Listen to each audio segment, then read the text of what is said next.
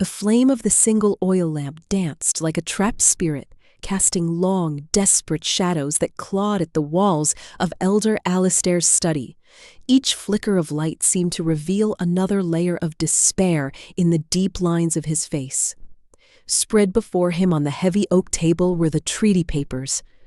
But they were not mere documents. They were death warrants, dressed in the cold, formal language of kings and law. Elara stood frozen at the study's entrance, her fingers gripping the worn wooden doorframe as if it were the only solid thing left in a world that was crumbling around her. Her voice was a fragile whisper, barely audible over the frantic beating of her own heart. "Read it again, grandfather, please." She already knew the words by heart. They had been seared into her memory from the first reading, each syllable a shard of ice in her soul. But hearing them aloud made the nightmare real, and she needed to be sure this wasn't just some terrible dream. Alistair's hands, gnarled and weathered by decades of leadership and labor, trembled as he lifted the parchment. It was heavy, edged in gold leaf, and bearing the brutal, unmistakable seal of the Night Fang Kingdom, a wolf's head snarling within a circle of thorns. His voice, usually so strong and reassuring, cracked on the very first line, betraying a fear Elara had never heard in him before. "By decree of His Majesty, Kaelen Blackwood, Alpha King of the Northern Territories, the Silverwood Pack is hereby found in violation of the Treaty of the Elder Pines, having failed to provide the required tribute for 3 consecutive harvest seasons. The law does not care for our suffering, child." Alistair set the paper down with a finality that made Elara's stomach lurch. She saw it then, the glint of tears tracking through the deep crevices of his cheeks. "The penalty is dissolution. By the next full moon, the Silverwood Pack ceases to exist. Our lands are forfeit. Our people will be scattered to the winds, absorbed as refugees into other packs, if they will even have us."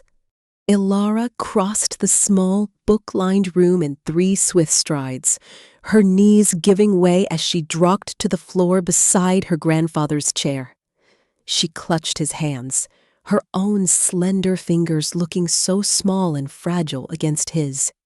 Through the thin walls of their modest pack house, she could hear the quiet, unwitting sounds of Ashwood Village settling into an uneasy night. The distant laughter of children, the soft murmur of conversation, the crackle of a hearth fire. 43 souls. That was all that remained of a pack that had once numbered in the hundreds. "There has to be another way," she pleaded, her voice thick with unshed tears. "There has to be." Alistair's weary gaze drifted to a second document resting beside the first. This one was edged not in gold, but in a stark, ominous black. Elara had refused to even look at it, let alone touch it. Lord Valerius had made its contents perfectly clear when he had delivered the king's judgment 3 days ago. The memory of the royal emissary's visit was a fresh wound. Lord Valerius arrived with an escort of 20 armored warriors, their polished steel reflecting the gray, overcast sky. His smile had been as cold and sharp as a shard of winter ice. His pale, calculating eyes missing nothing as they swept over their humble village, over her. "The Alpha King is a reasonable man," Valerius had said, his voice a silken threat. "He understands that Silverwood's diminished circumstances were not entirely within your control. He is prepared to offer a pardon, complete forgiveness of all debts, and a guarantee of Silverwood's continued sovereignty. In exchange for what? Alistair had asked, though Elara had already known the answer. She had felt the weight of Valerius's stare, had seen the avarice in his expression as he looked at her. The Silverwood bloodline carries old magic, Valerius had replied smoothly. Elara is 19, unmated, and by all accounts, her lineage is quite pure. His Majesty requires a bride. If she agrees to wed him before the next full moon, your pack will be spared. The memory of her grandfather's face in that moment still haunted her. The way his strong features had crumpled, the way he had looked at her with such devastating sorrow and said, "Absolutely not. We will find another way." But there was no other way.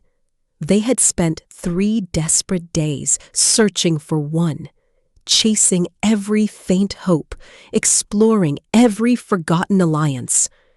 Every path had led to the same grim conclusion. Silverwood was dying, and Elara was their only chance. "Grandfather," she squeezed his hands, forcing strength into her voice that she did not feel. "Tell me about him, the truth this time, not the stories they whisper in the dark."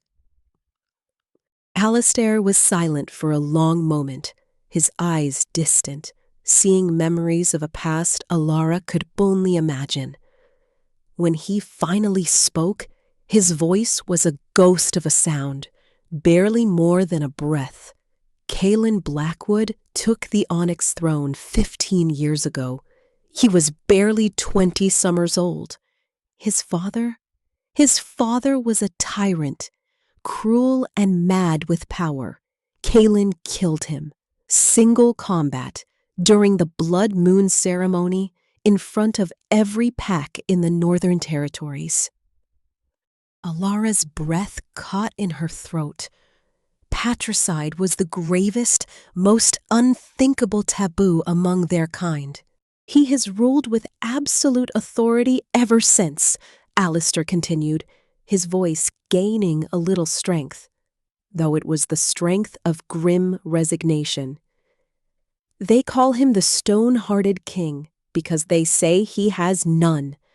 They say he has never shown mercy to anyone who defies him. They say he broke off, shaking his head slowly. "They say a lot of things, child. Some of them are probably even true." "Has he killed innocents?" Elara asked directly, her gaze unwavering. "I do not know." Alistair's honesty was somehow worse than a comforting lie. "I know he is ruthless. I know his enemies disappear. I know no one dares challenge his rule because the last 3 alphas who tried—" He didn't need to finish. The tails of their heads, mounted on the gates of his fortress, the obsidian stronghold, were legend. Elara stood, her legs feeling strangely numb, and moved to the small window. Outside, in the village square, illuminated by the rising moon, she could see her younger sister, Liana.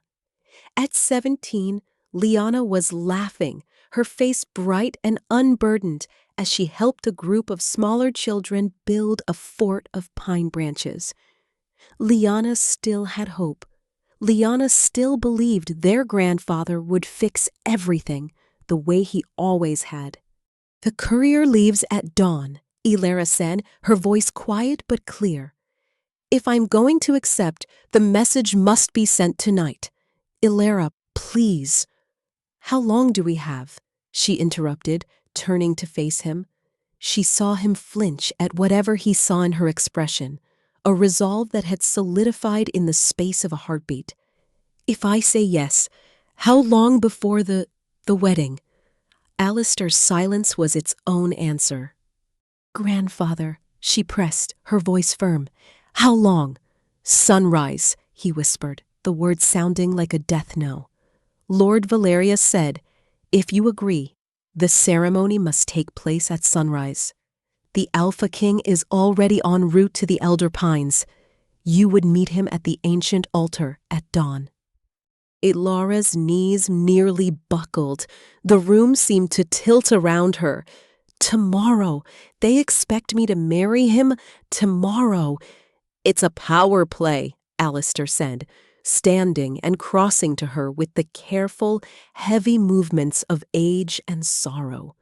They want you off balance, terrified, with no time to prepare, no time to reconsider.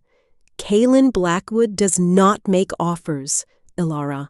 He makes demands, and he crushes anyone who refuses. Then I will not refuse. The words left her lips stronger than she felt. They echoed in the quiet room, a vow and a sentence all in one. You do not have to do this, my child. We can still flee, take our chances in the wilds. Yes, I do. Elara reached up and cupped her grandfather's face, the way he had done for her when she was small and frightened by a thunderstorm. He will break you, Alistair said, tears now falling freely. That man, he destroys everything he touches. Maybe, Elara said, and she tried to summon a smile, though it felt like a crack in a mask of ice. Or maybe I will surprise him. She found Lyanna an hour later, sitting on the slanted wooden roof of their small cottage, her face tilted up to the stars. Her sister took one look at Elara's face, at the grim acceptance in her eyes, and her own bright expression shattered. You are going to do it, aren't you? Lyanna said. It was not a question. Yes. I am coming with you, Lyanna declared, her chin lifting with a stubbornness Elara knew all too well. I will not let you face him alone. You will stay here. Elara climbed up to sit beside her, their shoulders touching, seeking comfort in the familiar contact they had shared since childhood. You will help Grandfather. You will take care of our people. And you will remember that whatever happens to me, it was my choice, my decision. Lyanna grabbed her hand, her grip fierce. You are the bravest person I know. I am the most terrified person you know, Elara corrected softly, the truth finally escaping in the safety of the dark. I am just very good at hiding it. They sat in silence as the moon climbed higher, a perfect, cold silver coin in the vast blackness. Elara tried to memorize everything, the crisp scent of pine and wood smoke, the distant howl of a lone wolf that was not one of their own, the comforting warmth of her sister's hand in hers. By sunrise, all of this would be a memory, a life she loved and lost. Tell me something, Lyanna said softly, her voice small. Do you think the stories are true? About what he really is? Elara had heard the whispers, the legends that traveled from pack to pack like a foul wind. That Kaelen Blackwood was not just an alpha, but something older, something darker, something that had walked the earth before the first humans learned to fear the shadows between the trees. I do not know, Elara admitted, her gaze fixed on the distant, brooding silhouette of the mountains, where the obsidian stronghold was said to lie. I suppose I will find out.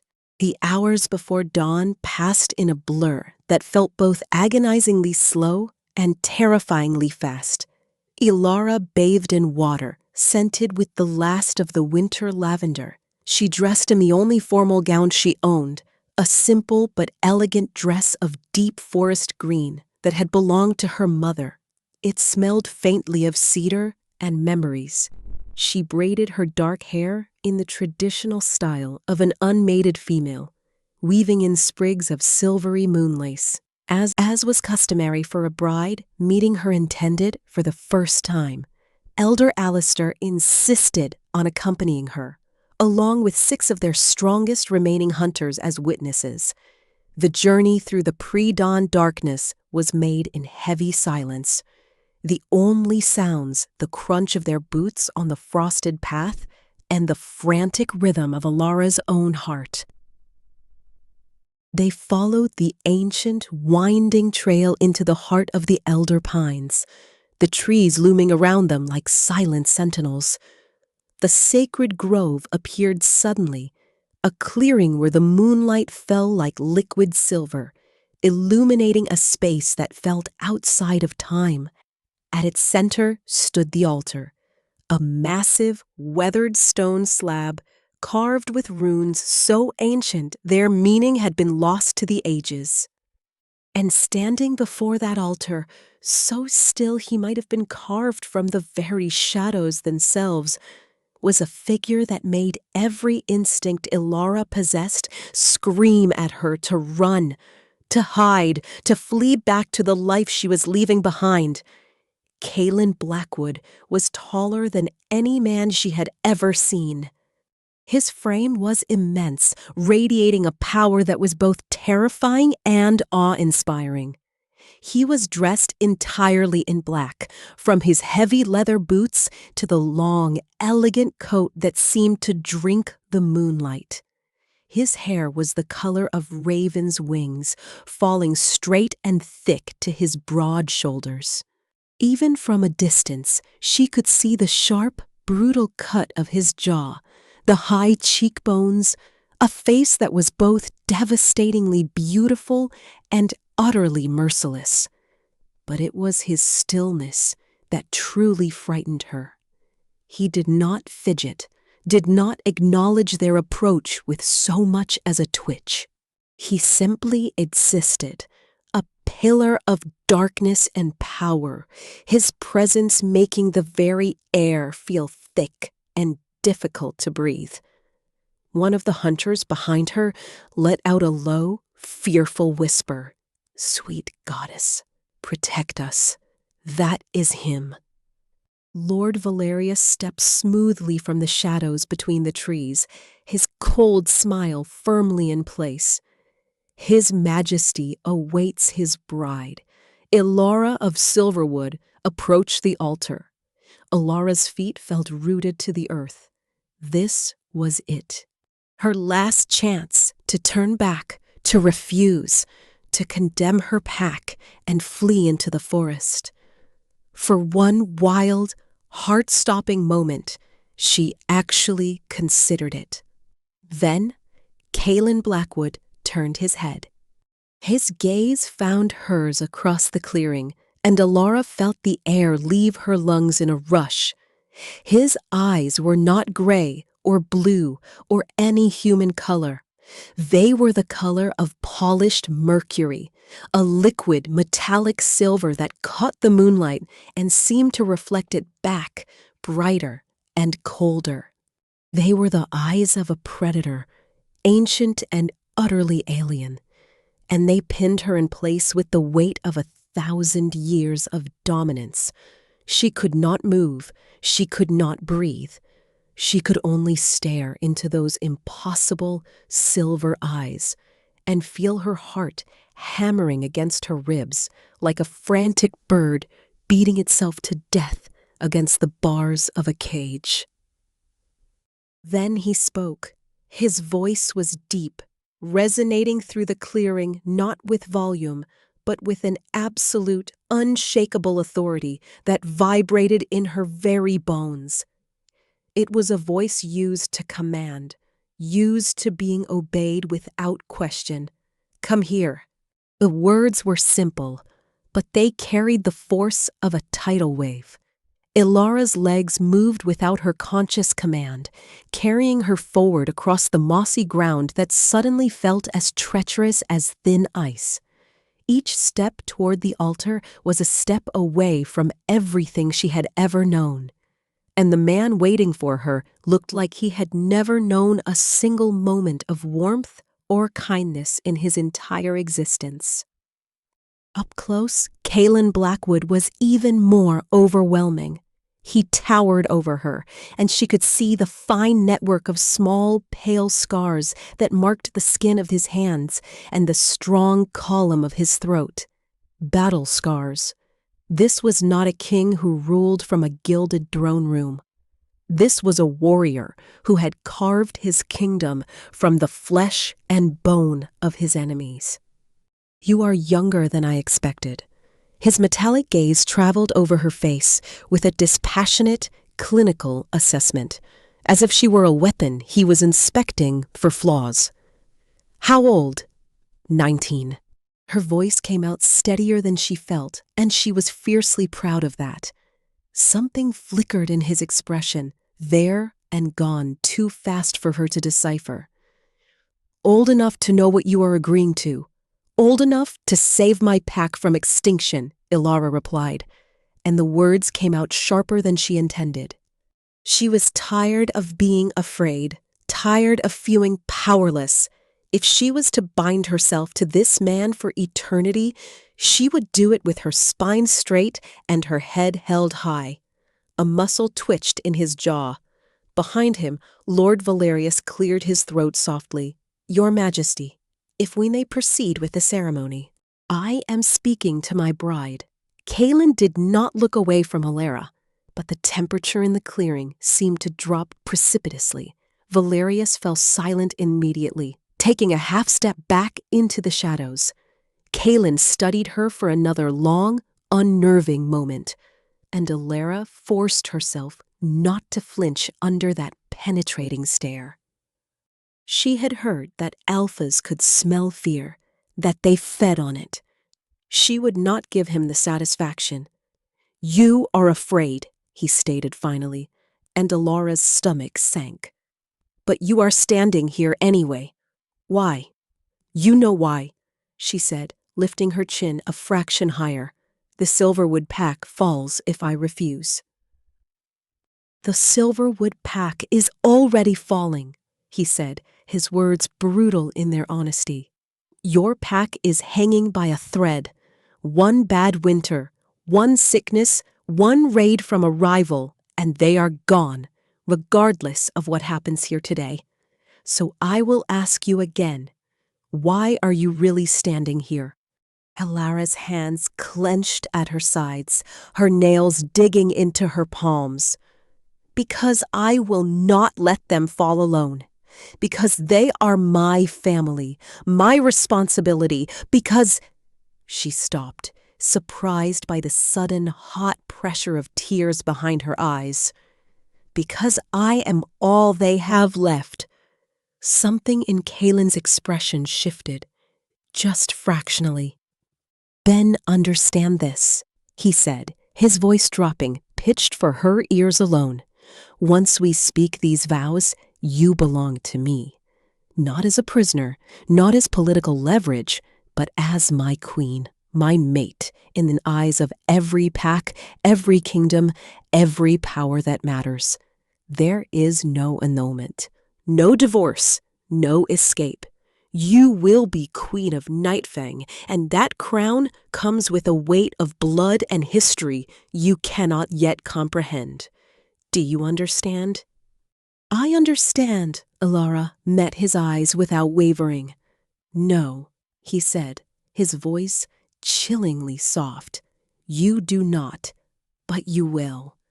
Before she could respond, he turned to face the altar. "Begin the ceremony." Lord Valerius stepped forward, unfurling a scroll that glittered with official wax seals.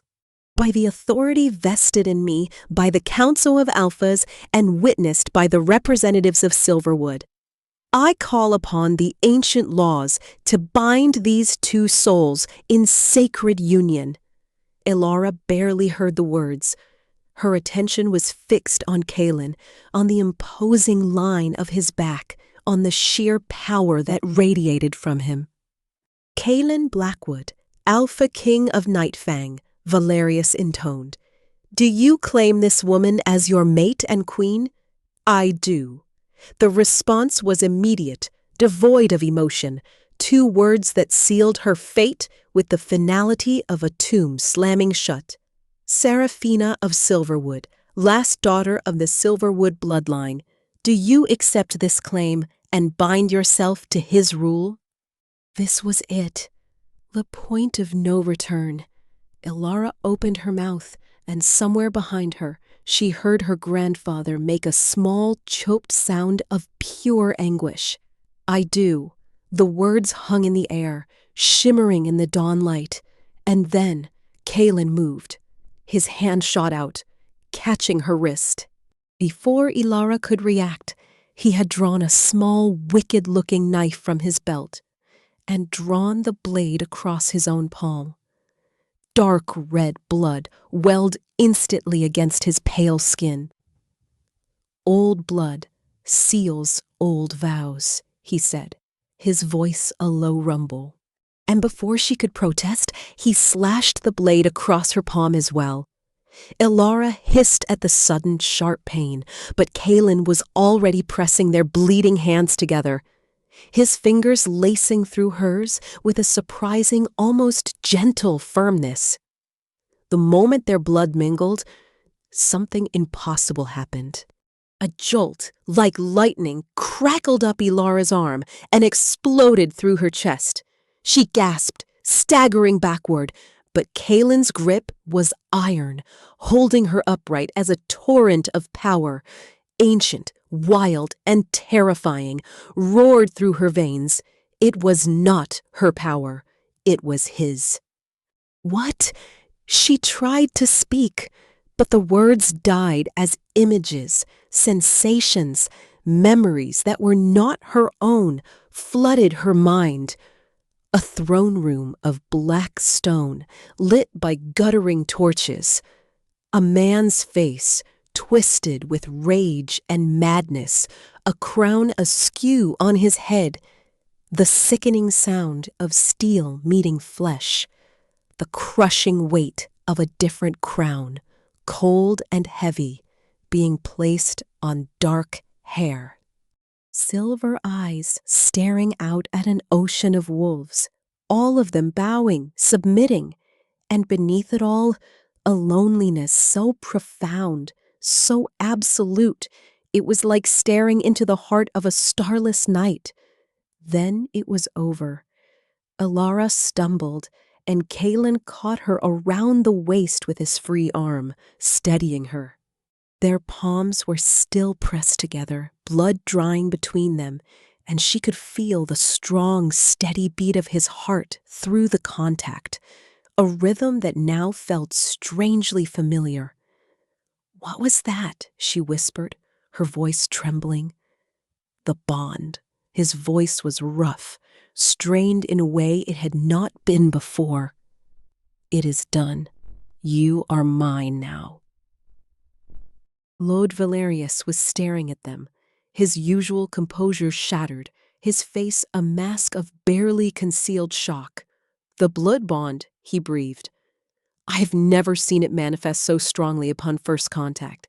Your Majesty, this is—" "Dismissed," Kaelen cut him off, his gaze still locked on Elara. "All of you, return to Ashwood and inform the pack that their sovereignty is restored. The bride comes with me, now." Elder Alistair stepped forward, his voice shaking with emotion. "Your Majesty, I beg you, please, let her say a proper goodbye. Let me embrace my granddaughter one last time." Kaelen's gaze finally released Elara, turning to pin her grandfather in place. His expression was unreadable. "She said her goodbyes last night. Or did you think I would not know? That I would not smell her tears on the wind, or hear her sister's heartbreak from miles away?" He looked back at Elara, his silver eyes seeming to see straight through to her soul. "You are either very brave, little wolf, or very foolish. I have not decided which yet." Elara found her voice, though it was thin and reedy. "Let me embrace my family. 5 minutes. Surely even the stone-hearted king can spare 5 minutes for a daughter to say farewell to her father." Something dangerous flashed in his eyes, and for a moment she was certain he would refuse. Then, impossibly, the corner of his mouth twitched in what might have been the ghost of a smile. It held no warmth, but it was not cruel. 5 minutes, he agreed. Then we ride for the obsidian stronghold. Do not make me come looking for you. He released her and stepped back, and Elara nearly collapsed without his support. Her legs felt weak, her head spinning from the strange new awareness at the back of her mind, the bond. It was like a door that had been opened between them, and she knew with a certainty that chilled her to the bone that it could never be closed.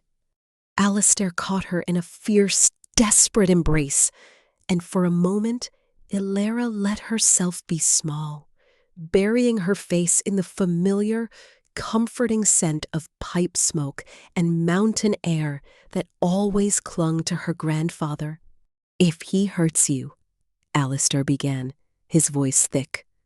"He will not," Elara said, and the certainty in her own voice surprised her. She pulled back, looking into his weathered, beloved face. "I saw something, grandfather, when our blood mixed. He is not what the stories say. Or he is, but there is more to it. There is pain there. So much pain." "Pain does not excuse cruelty, my child." "No," Elara agreed softly, "but it explains it." Liana pushed forward then, throwing her arms around Elara's neck. "I will write every day," her sister whispered fiercely. "And if you need me, if you need anything, I will come for you.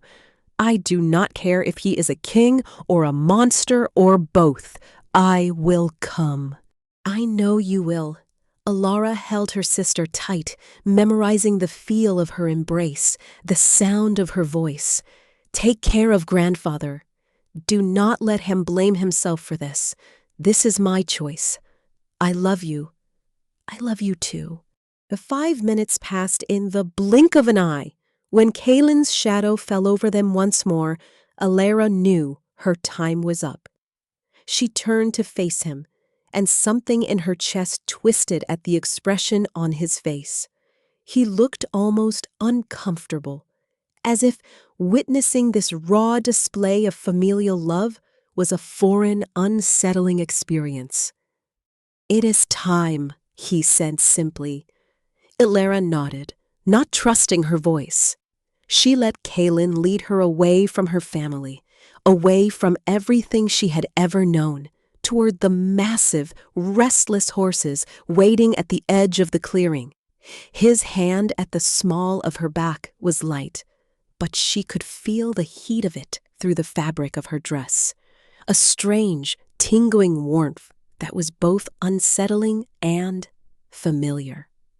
He lifted her onto a colossal black stallion with effortless strength, then mounted behind her in one fluid motion. Elara stiffened as his arms came around her to take the reins, caging her against the solid wall of his chest. "Relax," he murmured, his breath stirring the loose strands of her hair. "I can feel your fear through the bond. It is distracting." "Then perhaps you should not have created a bond that lets you feel my emotions," Elara shot back, surprising herself with her own boldness. To her utter shock, she felt rather than heard a quiet rumble in his chest. It might have been the echo of a laugh. "Perhaps not," he agreed, "but it is done now. Hold on." He nudged the stallion, and the beast launched forward into a ground-eating gallop. Elara gasped, her hands flying to grip his forearm for balance. They raced through the forest at a speed that should have been impossible in the dim pre-dawn light. But the stallion moved with a supernatural grace, never faltering, never slowing. Behind them, the elder pines and everyone Elara had ever loved disappeared into the shadows. Ahead, the sky was beginning to lighten with the first hints of dawn, painting the horizon in shades of rose and bruised purple. "Where are we going?" she asked, her voice barely a whisper against the wind. "Kaelen's voice rumbled against her back. The obsidian stronghold. You will be safe there. Safe from what? Elara dared to ask. His arms tightened around her, just fractionally. From everything, except me. They rode in silence as the sun finally broke over the horizon, and Elara tried not to think about what awaited her in a fortress of black stone, ruled by a king with a heart of winter. She tried not to think about the strange warmth that pulsed through her veins wherever their bodies touched. She tried not to think about the connection that now bound her to this dangerous, enigmatic man. Most of all, she tried not to think about the moment their blood had mixed, and she had felt his loneliness like a physical blow. Because something deep within her, something born of the bond itself, whispered that his loneliness was the key to understanding Kaelen Blackwood. And whether she wanted to or not, she was going to spend the rest of her life trying to unlock that mystery. As if sensing her thoughts, Kaelen shifted behind her, and his voice came low and dark in her ear, a promise and a warning all in one. Whatever you are thinking, little wolf, stop. You cannot save me. You cannot fix what is broken. The sooner you accept that, the easier this will be for both of us. But Elara had spent her whole life mending things that others had given up on. And as the sun climbed higher and the first terrifying spires of the obsidian stronghold appeared on the horizon like jagged teeth against the sky, she made a silent vow of her own. She would uncover the truth about the stone-hearted king. She would survive this marriage. And somehow, some way, she would find out what had shattered the most powerful alpha in the Northern Territories. Even if it killed her. The obsidian stronghold did not simply appear on the horizon. It devoured it. What began as distant, jagged spires quickly grew into a terrifying monument of black stone and brutal ambition. It was not built for beauty, but for dominance, a fortress that seemed to have been clawed from the heart of the mountain itself. As they drew closer, the sheer scale of it made Elara's breath catch in her throat. Walls that looked impossibly high were studded with watchtowers, and banners bearing Kaelen's sigil, the thorn-circled wolf, snapped like angry whips in the harsh mountain wind. But it was the gates that truly stole the air from her lungs. Massive structures of black iron, wrought in the shape of a wolf's snarling maw, stood open, but the threat was clear. And mounted above them, just as the stories had foretold, were 3 skulls. They were not fleshless bone, but preserved, their final moments of terror and defiance frozen for eternity.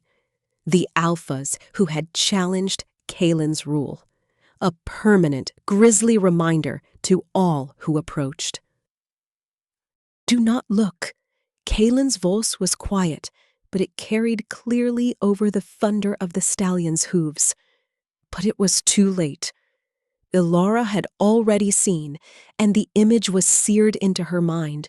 A cold knot of fear tightened in her stomach, warring with the strange, warm pulse of the bond.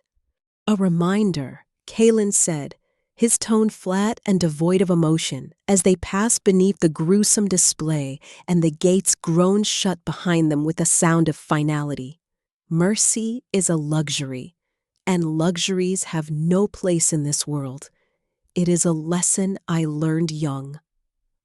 The courtyard beyond was a chaotic symphony of power. Armored warriors trained with relentless intensity, their movements a blur of controlled violence. Servants rushed with purpose. And wolves in both human and animal form moved with a coordinated efficiency that spoke of absolute discipline. And every single one of them stopped what they were doing as Kaelen's horse clattered across the black cobblestones. hundreds of eyes turned to them. The weight of their stares, a physical pressure. The Alpha King returns. The shout went up, and within seconds, a silent, respectful crowd had gathered, parting before the stallion like water before a stone. Kaelen dismounted with that same effortless grace, then reached up to lift Elara down. His hands spanned her waist, and that peculiar heat flared again where they touched, a stark contrast to the cold dread coiling inside her. Their eyes met, and for a fleeting second, something unreadable flickered in his mercury gaze, a flicker of that same recognition she had felt in the grove. "My people," Kaelen's voice, though not loud, carried across the vast courtyard with an undeniable supernatural force that demanded attention and obedience. "I present to you Elara Blackwood, your Queen of Nightfang. Any who show her disrespect will answer directly to me. Their fate will make the warnings on my gates seem merciful." The threat was delivered with such cold certainty that a collective shiver seemed to pass through the crowd. As one, they dropped to their knees, bowing their heads in a wave of submission that was both awe-inspiring and terrifying. Queen, the word echoed in Elara's mind. She was a queen now, standing before hundreds of the most feared warriors in the territories, her life entirely dependent on the will of the man beside her. "Rise," Kaelen commanded. He turned to her, his voice lowering. "Come, you need food and rest, and we need to talk." He led her away from the staring crowd, through a maze of corridors that were more like canyons carved from night itself. The opulence was staggering, but it was a cold, severe beauty. She glimpsed armories filled with wicked-looking weapons, libraries with shelves that stretched towards shadowy ceilings, and halls large enough to host an army. This was not a home. It was the heart of an empire. Finally, they reached a set of immense, carved double doors. Kaelen pushed them open to reveal chambers that stole what little breath Elara had left.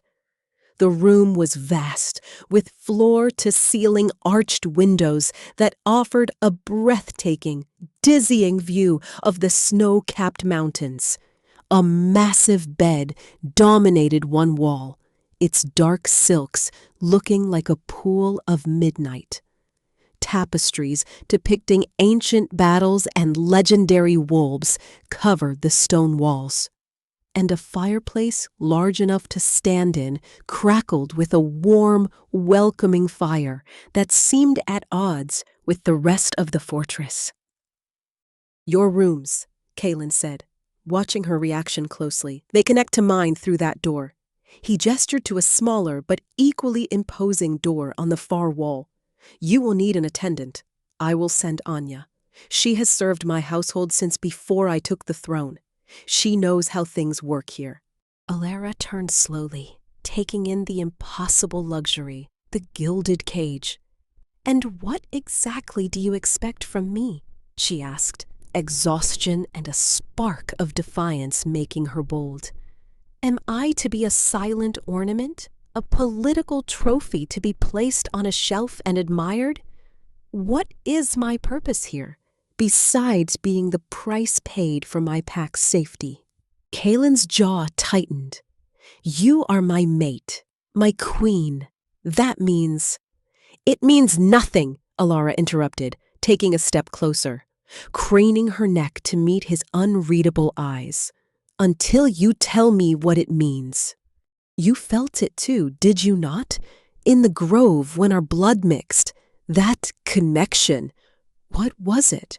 For the first time since she had met him, Kaelen looked uncertain. He turned away from her, moving to stare out at the formidable mountains. The blood bond is ancient magic. It ties true mates together. It allows us to sense each other's emotions, our physical state. In some cases, it can allow for the sharing of thoughts. It is meant to strengthen the ruling pair, to make them an unbreakable unit. And you did not think to warn me before you sliced my hand open? Elara's voice was sharp. Would it have changed your answer? He glanced back at her, his profile stark against the light from the window. You were always going to say yes, for your pack, for your family. Do not pretend otherwise. He was right, and she hated him for the truth of it. So now we are connected forever, and I had no say in the matter. You had a say. Kaelen's voice went cold, dropping to a soft, dangerous timbre. You said, I do. Everything else is consequence. Elara's temper, frayed by fear and exhaustion and the overwhelming strangeness of it all, finally snapped. Then tell me the consequences. Tell me what to expect from a husband who mounts the skulls of his enemies above his gates and rules through terror. Tell me. Her voice broke, betraying her. Tell me if I should be afraid of you. The silence that followed was profound, broken only by the crackle of the fire. Kaelen stared at her, and she watched a war of emotions flicker across his face. Anger, frustration, and something else, something that looked almost like pain. Finally, he crossed the room in 3 long strides, stopping so close she could feel the heat radiating from his body, could see the small, pale scar that cut through his left eyebrow. Yes, he said, his voice dangerously soft. You should be afraid of me. I have ended lives for a mere insult. I have erased entire bloodlines for defiance. I am exactly what the stories say, Elara, a monster wearing a crown. The stories do not lie. And why do I feel safe with you? The words escaped in a whisper, shocking them both. Kaelen went perfectly still. What? I can feel you. Elara pressed a hand to her chest, where that new awareness pulsed like a second foreign heartbeat. Through this bond, and you are not what you pretend to be. You are angry. And you are so lonely. You have been alone in this fortress of shadows for 15 years, surrounded by wolves who fear you, ruling through strength because it is the only language you trust. And now you have a mate. Someone who is supposed to be your equal, and you're trying to push me away before we have even begun. I am trying to protect you, Kaelen ground out, his hands clenching at his sides.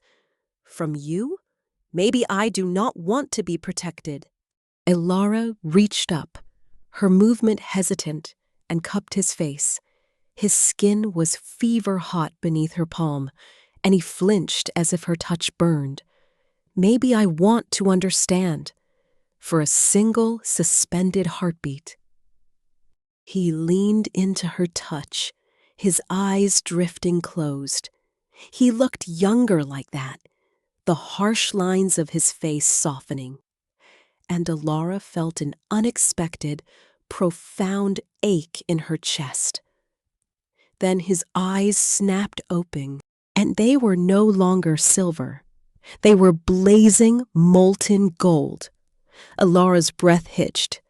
Kaelen, your eyes! The word that came from his throat was barely human. A low, guttural growl that vibrated in the air between them. Run! What? Run now, Elara, before I... His control was visibly fraying, his body trembling with the effort of holding still.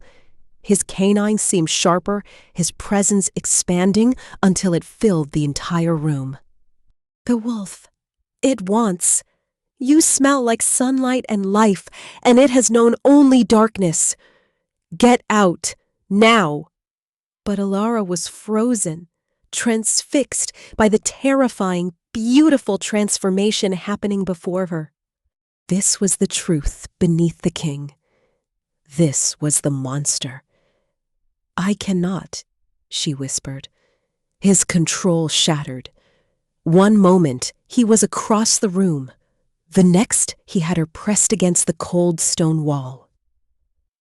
His body caging hers, one hand braced beside her head, his fingers digging into the stone, and Elara heard it crack under the pressure.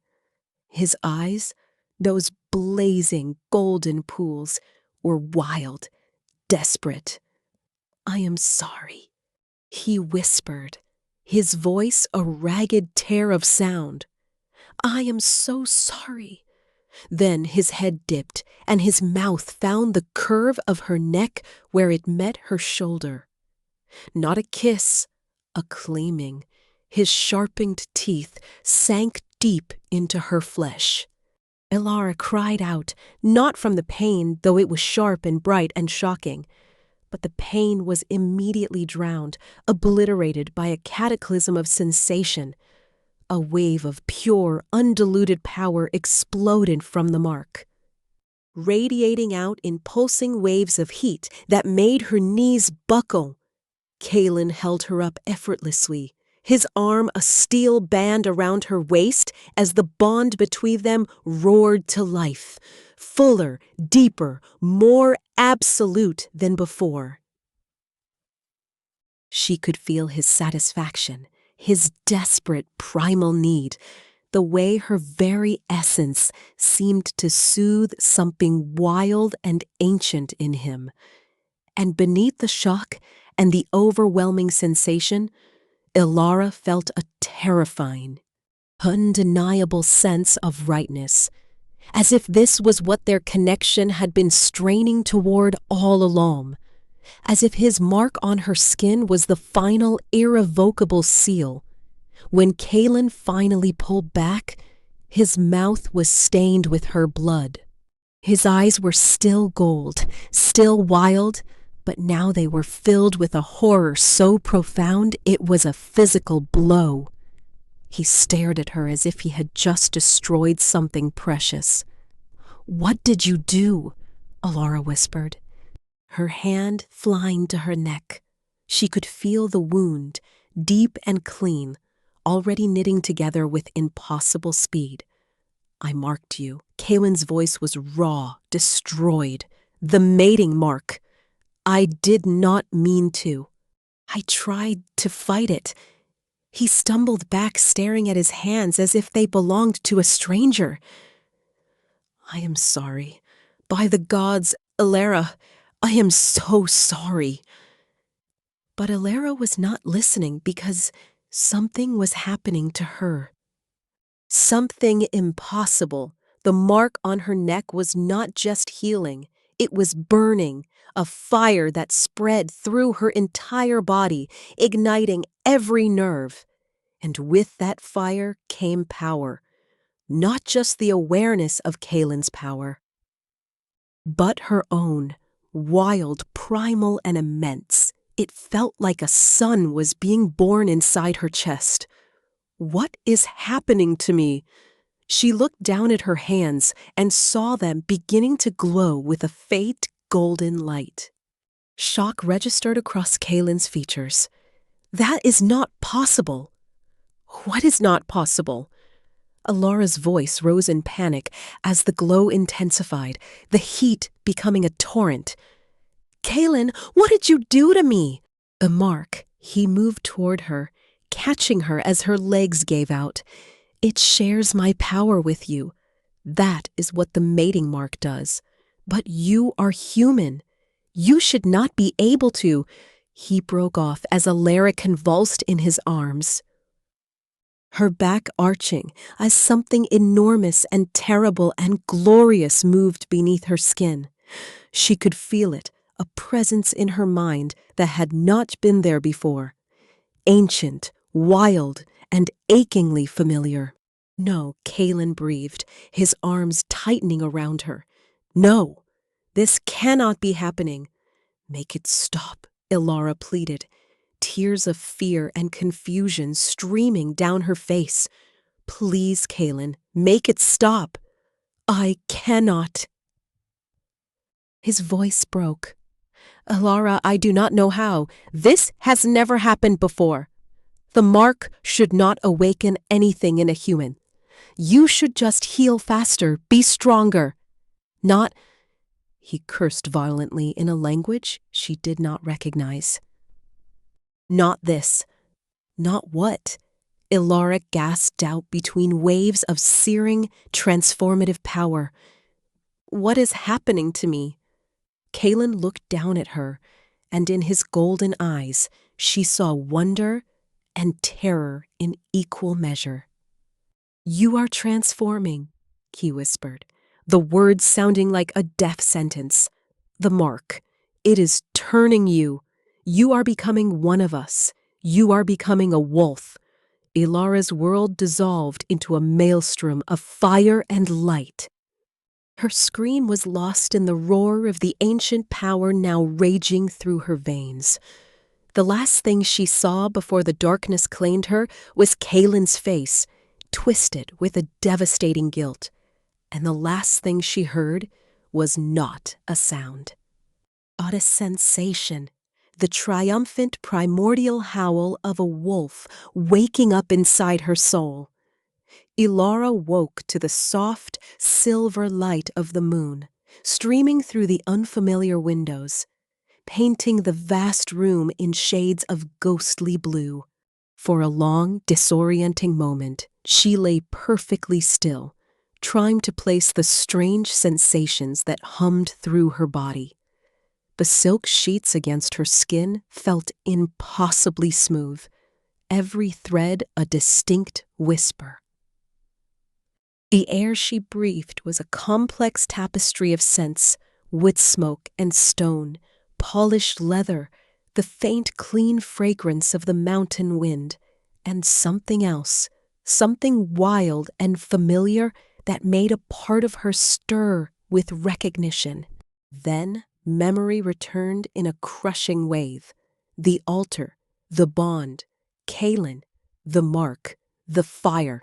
She sat up abruptly, and the world exploded into a clarity that was both breathtaking and terrifying. She could hear everything. The soft scuff of a guard's boot on stone 3 floors below, the whisper of the wind through arrow slits in distant towers, the steady, rhythmic beat of a dozen hearts somewhere deep within the stronghold. She could smell the lingering aroma of roasted meat from the kitchens, the oil used to clean weapons, the distinct scent of each individual wolf who had recently been in her chambers. Her hands flew to her neck. The skin was smooth, unbroken. Only a faint, raised scar remained, sensitive to the touch, a permanent reminder of the claim Kaelen had made. But it was more than a scar. It was a conduit. She could feel power humming there. A low, steady thrum that was now a part of her. You are awake. The voice came from the chair by the fireplace, and Elara's head whipped toward it with a speed that was not her own. Kaelen sat there, watching her with those impossible mercury eyes. He looked haggard, shadows darkening the skin beneath them, his sharp features drawn with a fatigue that seemed bone deep. How long? Her voice came out, and she startled at the sound. It was her voice, but richer, carrying a resonance, an undertone of something other.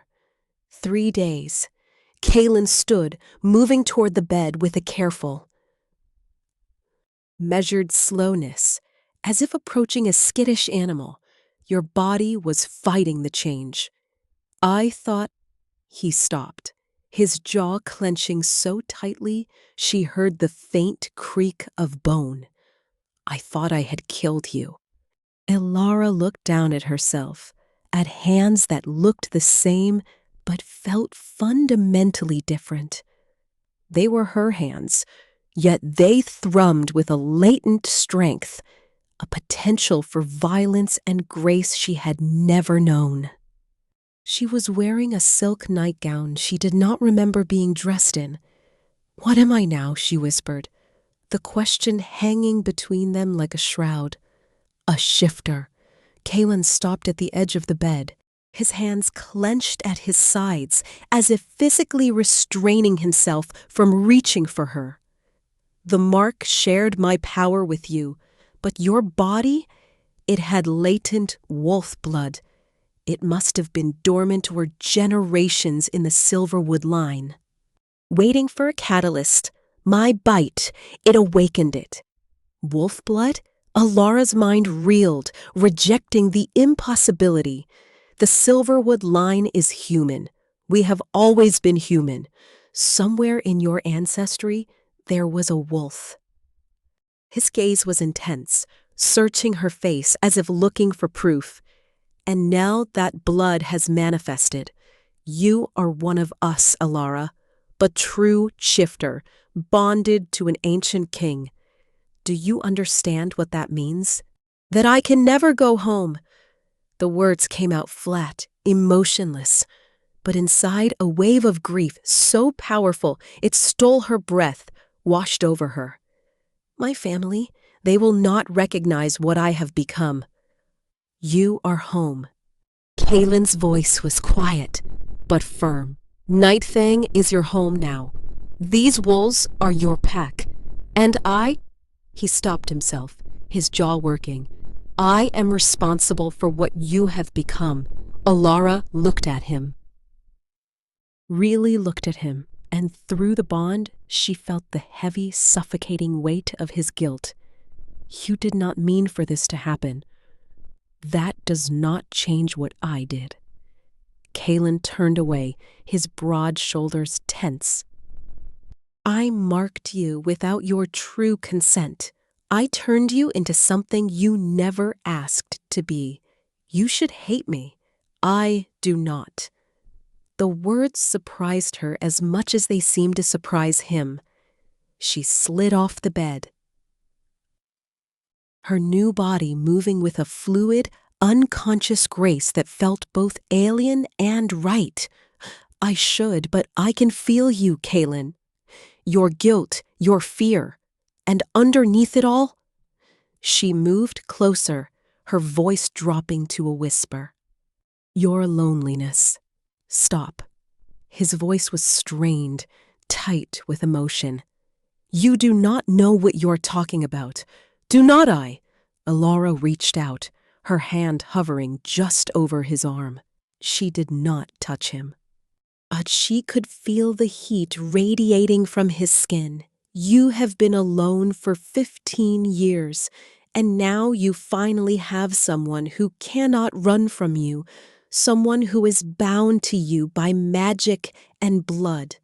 And you are terrified of destroying me the way your father destroyed your mother." Kaelen spun to face her, his eyes blazing with a sudden fierce light.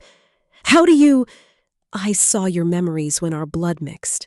Your father, your mother, what his mark did to her." For a long, suspended moment, Kaelen just stared at her, the mask of the unfeeling king completely gone, replaced by a raw, vulnerable pain that made Elara's chest ache. Then his shoulders sagged, and he looked more exposed than she had ever seen him. "Then you know why I'm terrified. My mother survived the mark for 3 years before it consumed her. She burned out from the inside, and His voice broke. "I watched her die screaming, and I was too young, too weak to help her. And now I have done the same thing to you. I am not your mother." Elara finally closed the distance between them, taking his hands in hers. Their connection flared to life, and she felt his shock at the strength in her grip. "The mark? awakened something in me, Kaelen. Something that was always there. I am not burning out. I am becoming what I was always meant to be. You do not know that. Neither do you. She squeezed his hands, her gaze steady. So instead of assuming the worst, why do we not see what happens? Together? Before Kaelen could respond, a sharp, urgent knock sounded at the door. His expression immediately shuddered. The vulnerable man disappearing behind the impenetrable wall of the Alpha King. "Enter," he commanded, his voice cold steel. The door opened to reveal a lean, formidable man with dark hair shot through with silver at the temples. His eyes, sharp and intelligent, widened a fraction when they landed on Elara. "Your Majesty, my queen, you are awake." He bowed his head slightly. "I am Rorik, captain of the guard."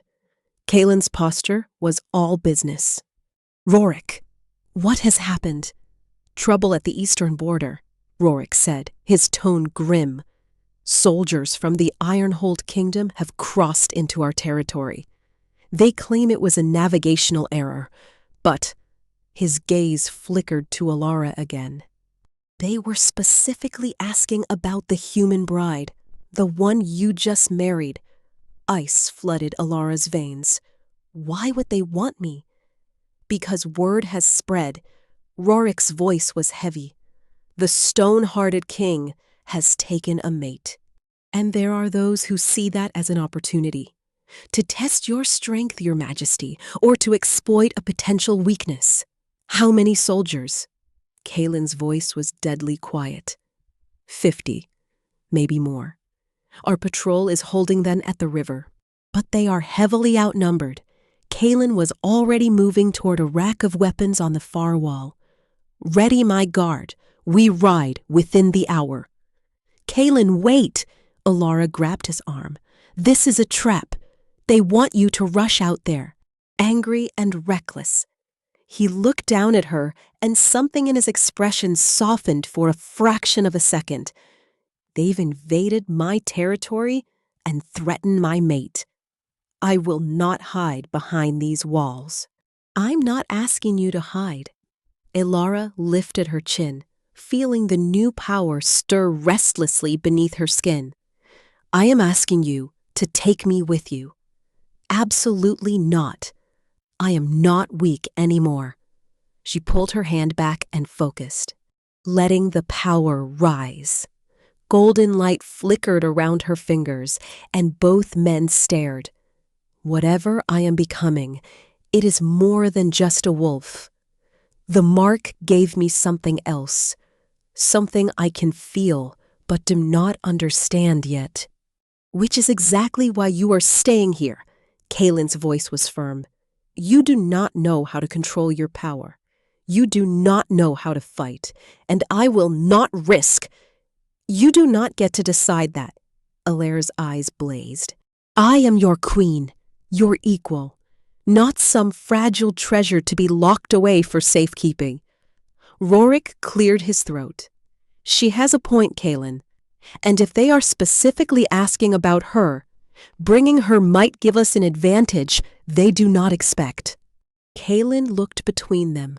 Clearly torn, she felt his warring instincts through the bond, the primal need to protect her, battling with the strategic mind that recognized the value of her presence.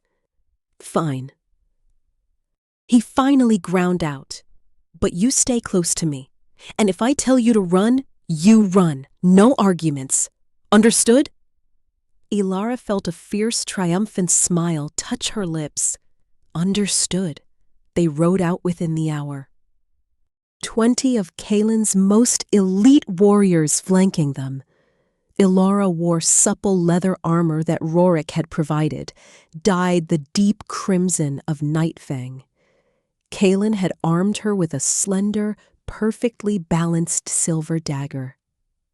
Though they both knew her real weapon was the untamed power simmering just beneath her skin.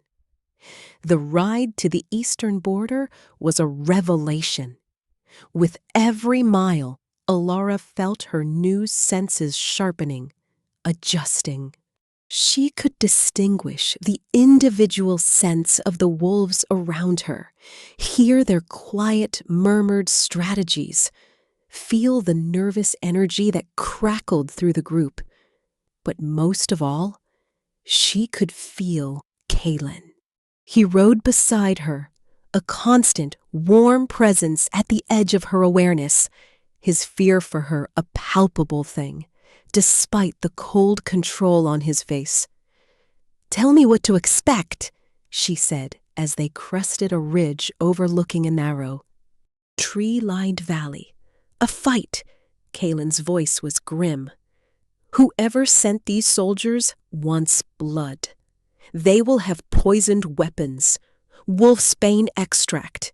One cut, and most shifters are paralyzed within minutes." Most shifters? The ancient bloodlines are more resistant, but even I can be overwhelmed if the dose is strong enough. His hand moved to the hilt of his sword. "That is why you need to stay back if it comes to combat." "And if I can help?" Kaelen looked at her, his silver eyes searching her face. "Then help. But do not try to be a hero, Elara. I have ruled for 15 years without anyone to worry about. I do not know how to fight and protect someone at the same time." "Then do not protect me." Elara met his gaze steadily. "Trust me to protect myself." Before he could respond, one of the scouts ahead raised a closed fist. They had reached the border. The scene in the valley below was one of controlled chaos. A small group of Kaelen's wolves, in their powerful battle forms, had formed a defensive line at a shallow river, holding back a much larger force of soldiers in the gray and steel livery of Ironhold. Even from a distance, Elara could see the unnatural oily sheen on their blades and arrowheads. "Poison," she whispered. "There are more than 50, Rorik said, his voice tight, closer to 100. Kaelen's expression turned to ice. "Then we even the odds. Rorik, take half our force and flank them from the north. I will hit them from the south. And the queen? She is with me." Kaelen looked at Elara, his gaze intense. "Last chance to stay back." "Not a chance." Elara drew her dagger, feeling the power within her surge in response. "Let us show them what happens when they threaten Nighthaven." The battle was a brutal, deafening symphony of snarls, clashing steel and screams. Elara found herself in the thick of it within moments, her body moving on pure predatory instinct. She was faster than the soldiers, her movements a blur. Her dagger found gaps in armor with a precision that felt guided. She was a dancer in a ballet of violence, her new nature rising to meet the threat. But it was when the first soldier's poisoned blade grazed her arm that everything changed. A searing, cold pain shot through her limb. And she stumbled. The soldier grinned, a cruel, triumphant expression as he raised his sword for a killing blow. "Not so tough now, little queen." His words cut off as golden light erupted from Elara's wound. Not just light, but healing magic, pure and ancient, burning through the poison like fire through parchment. The soldier's face morphed from triumph to sheer terror as Elara straightened, the wound on her arm closing before his eyes. "My turn," she said, and struck. Around the battlefield, something miraculous began to happen. Wherever Nightfang wolves were struck by poisoned weapons, a faint golden glow would flicker around the wound, and the paralysis would falter. The poison neutralized before it could take full hold. Wounded wolves who should have been falling instead rose with renewed fury, fighting with a coordinated, impossible resilience. "Impossible!" someone screamed from the enemy lines. "She is healing them."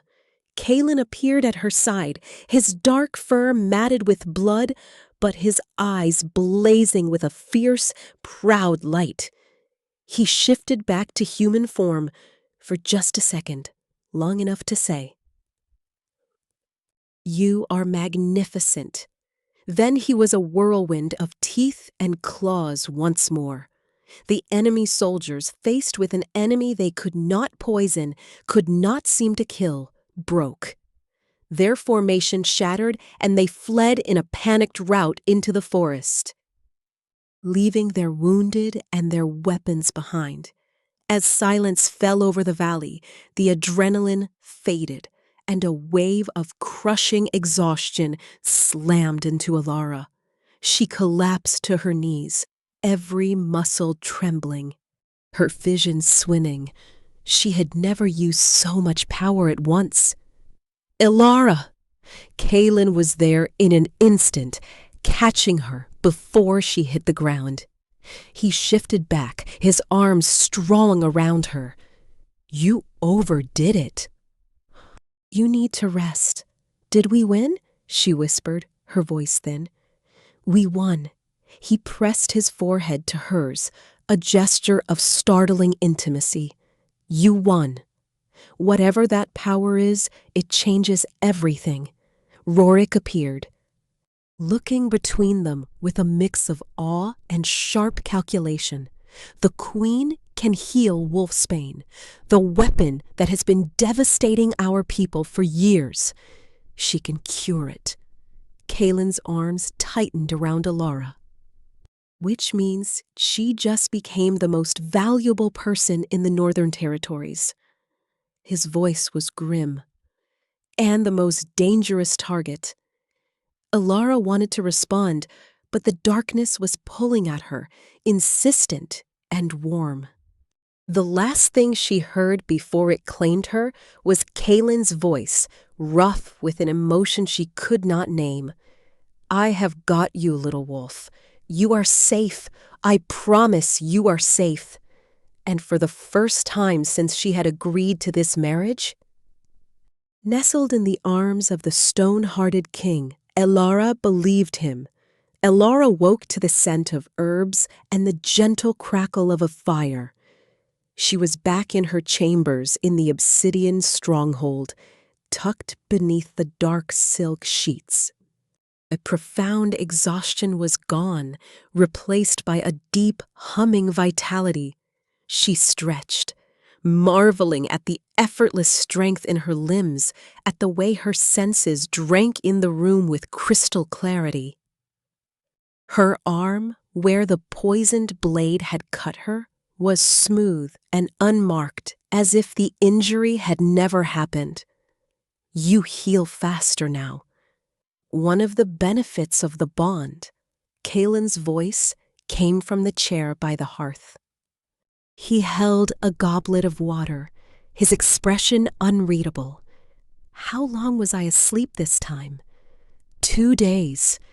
He rose and brought the water to her, his movements precise, controlled. "Your body needed to recover from the strain of using so much magic. Anya says you are fortunate you did not burn yourself out completely." "Anya?" Elara took the goblet, her fingers brushing against his. A spark, warm and familiar, jumped between them at the contact. "An ancient healer. She has served my household for decades. She has been monitoring your recovery." Kaelen's gaze was intense, studying her. She also confirmed what Rorik suspected. "Your healing magic is not normal pack magic. It is something older, something from the first wolves." Elara drank deeply, the cool water a blessing on her parched throat. "The first wolves? Before the pack split into different bloodlines?" There were the originals. Wolves who walked with the spirits of the earth and wielded magic as naturally as they breathed. Kaelen sat on the edge of the bed, maintaining a careful distance. That power has been diluted over generations. But sometimes it resurfaces, usually in tiny amounts. But you, he shook his head, a gesture of pure bewilderment. You have it in full measure. That is what the mark awakened in your silverwood blood. So I am what? Some kind of ancient wolf reborn? You are the most powerful healer in the Northern Territories. Kaelen's voice was grim, which means every enemy we have will want you dead, or they will want to capture you and use you for their own ends. The battle at the border was just a warning, the first move in a much larger game. Before Elara could process this, the door to her chamber burst open without ceremony. Rorik stood there, his face pale, his usual composure fractured. We have a problem. A raven just arrived from Ironhold. He hesitated, his gaze darting to Elara. It is from Lord Valerius himself. Elara's blood ran cold at the name. What does he want? He is calling for a peace summit. Claims he wants to negotiate an end to the hostilities between the human kingdoms and the wolf tax. Rorik's expression made his opinion of that claim perfectly clear. He is specifically requesting the presence of both monarchs, the king and queen of Nightfang. It is a trap, Elara said immediately, her newfound instincts screaming in agreement. Obviously, Kaelen agreed, his jaw tight. But refusing would be seen as a sign of weakness. It would make us look afraid. Are we not? Elara challenged softly. We defeated 100 of their men. Rorik's voice was heavy. But our intelligence suggests Valerius has access to thousands. And he is not working alone. Our spies report he has a powerful benefactor, someone who has been stockpiling wolfsbane for years, someone who wants the wolf packs destroyed completely. Who? Kaelen demanded. His voice a low growl. We do not know yet, but whoever they are, they have enough poison to wipe out every shifter in the Northern Territories. Rorik met Kaelen's eyes. Until the Queen demonstrated she can cure it, now their entire strategy is useless. So they will change strategies, Elara said slowly, the pieces clicking into place with a dreadful certainty. They will find another way to kill us, which is why this summit is a blade aimed at our hearts. Kaelen stood and began to pace, a caged predator. They will have had time to plan something new, something we will not see coming. Then we do not go. Elara rose from the bed, surprised by the steadiness in her legs. We send an emissary. It shows we are not afraid, but we are not reckless either. That might work, Rorik said thoughtfully. If we— No, Kaelen cut him off. They specifically requested the Queen. If we refuse— They will know we are protecting her. They will know she is our weakness. I am not a weakness, Elara said, her voice quiet, but sharp as a blade. You are the only thing in this world I cannot afford to lose. Kaelen's voice was raw, strict bare. That makes you a weakness, Elara. My weakness. The admission hung in the air between them. A confession more intimate than any touch. Elara felt the depth of his fear. Not for his kingdom or his throne, but for her. And underneath that fear, she sensed something else. Something warmer and more terrifying that he would not yet name. Then we need to make me a strength instead. Elara moved to the wardrobe, pulling out the leather armor Rorik had given her. We go to this summit, but we go prepared. We show them that the king and queen of Nightfang are not to be trifled with. You do not understand what you are suggesting, Kaelen said, his voice low and dangerous. If this is a trap, we will be walking into it with our eyes open. Then we spring the trap and we survive. Elara fastened the last buckle and turned to face him, her eyes blazing with a determination that was entirely her own. You have spent 15 years ruling through fear, Kaelen. Always alone, always isolated. But you are not alone anymore. So stop trying to protect me from the throne I earned when I became your mate. And start treating me like the queen I am. A profound silence fell over the room. Rorik looked between them, a flicker of something akin to respect in his eyes. Kaelen stared at Elara, a tumult of emotions warring across his face. Frustration, fear, and a dawning reluctant admiration. Finally, he inclined his head, a gesture of concession that was more powerful than a shouted agreement. As you wish, my queen. We will attend a summit together. Good. Elara's shoulders relaxed a fraction. When is it? 1 week hence, Rorik said, at the ruins of sunken Starfall, neutral ground. Then we have 1 week to prepare. Elara's gaze was steady. Let us make sure whoever is behind this regrets ever challenging Nightfang. The week that followed was a whirlwind of relentless preparation. Anya, the ancient healer, worked with Elara for hours each day, helping her understand the currents of her power. It was not just about healing poison. Elara discovered she could mend broken bones with a touch, ease the ache of old injuries, and sense sickness festering deep within the body. The power comes from your compassion, Anya explained one afternoon as Elara successfully knitted together the fractured leg of a young warrior.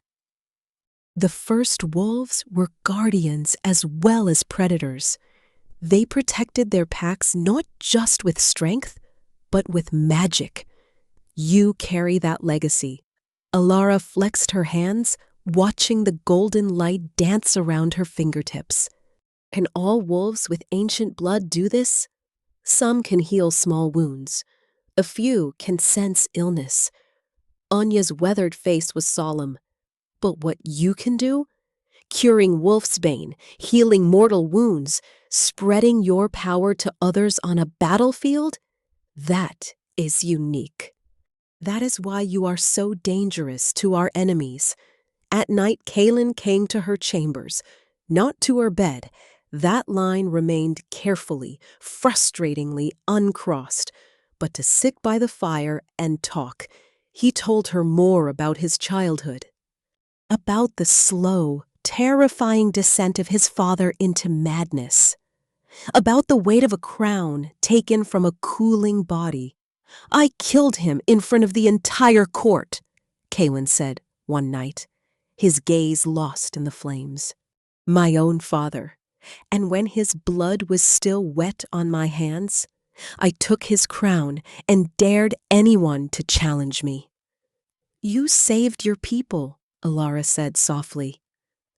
I became the monster everyone feared.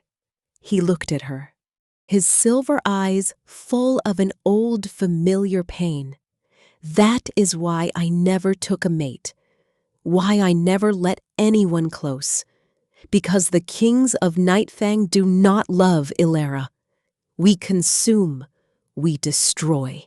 And I refuse to do to someone else what my father did to my mother. But you have not destroyed me. Elara moved to sit beside him on the fur rug before the hearth. I am stronger now than I was before. The mark did not break me. It completed me. You do not know that yet. but his hand found hers, their fingers lacing together. The mark's effects can take years to fully manifest. Then I guess we will find out together. Elara leaned her head against his shoulder. Feeling the solid, reassuring strength of him, you keep trying to push me away, Kaelen. But it is not working. I am not afraid of you. I am not going to break, and I am certainly not going anywhere. She felt him sigh, a deep, weary sound, and his arm came around her shoulders, pulling her closer. You are the most stubborn woman I have ever met. It is a good thing you married me then. They sat in comfortable silence as the fire burned down to embers. And Elara allowed herself to hope that the fragile trust growing between them could become the foundation for something real. The night before they were to leave for sunken Starfall, Elara could not sleep. She stood on her balcony, the cold mountain air doing little to calm the knot of anxiety in her stomach. The ruins were a day's hard ride away, a place of old magic and older bloodshed. A perfect place for an ambush. Second thoughts? Kaelen's voice was quiet from the doorway. Third and fourth thoughts, Elara admitted without turning. This is insane, is it not? Walking into an obvious trap? Completely insane. Kaelen moved to stand beside her.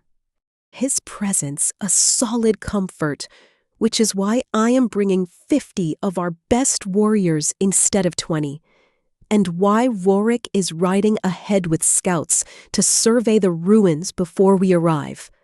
That will not be enough if they are serious about killing us. No, his hand covered hers on the cold stone railing, but your power might be.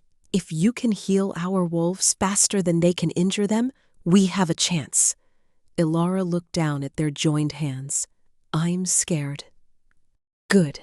Fear keeps you sharp. Kaelen turned her to face him.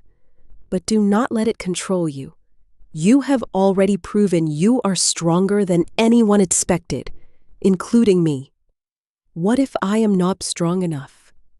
Then we die together. His thumb brushed across her cheek, a gesture so tender it made her heart ache. But I do not plan on dying tomorrow, Elara, and neither should you.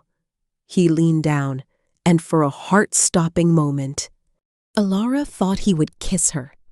Instead, he rested his forehead against hers, a gesture of profound connection that was, in its own way, more intimate. Come back to bed.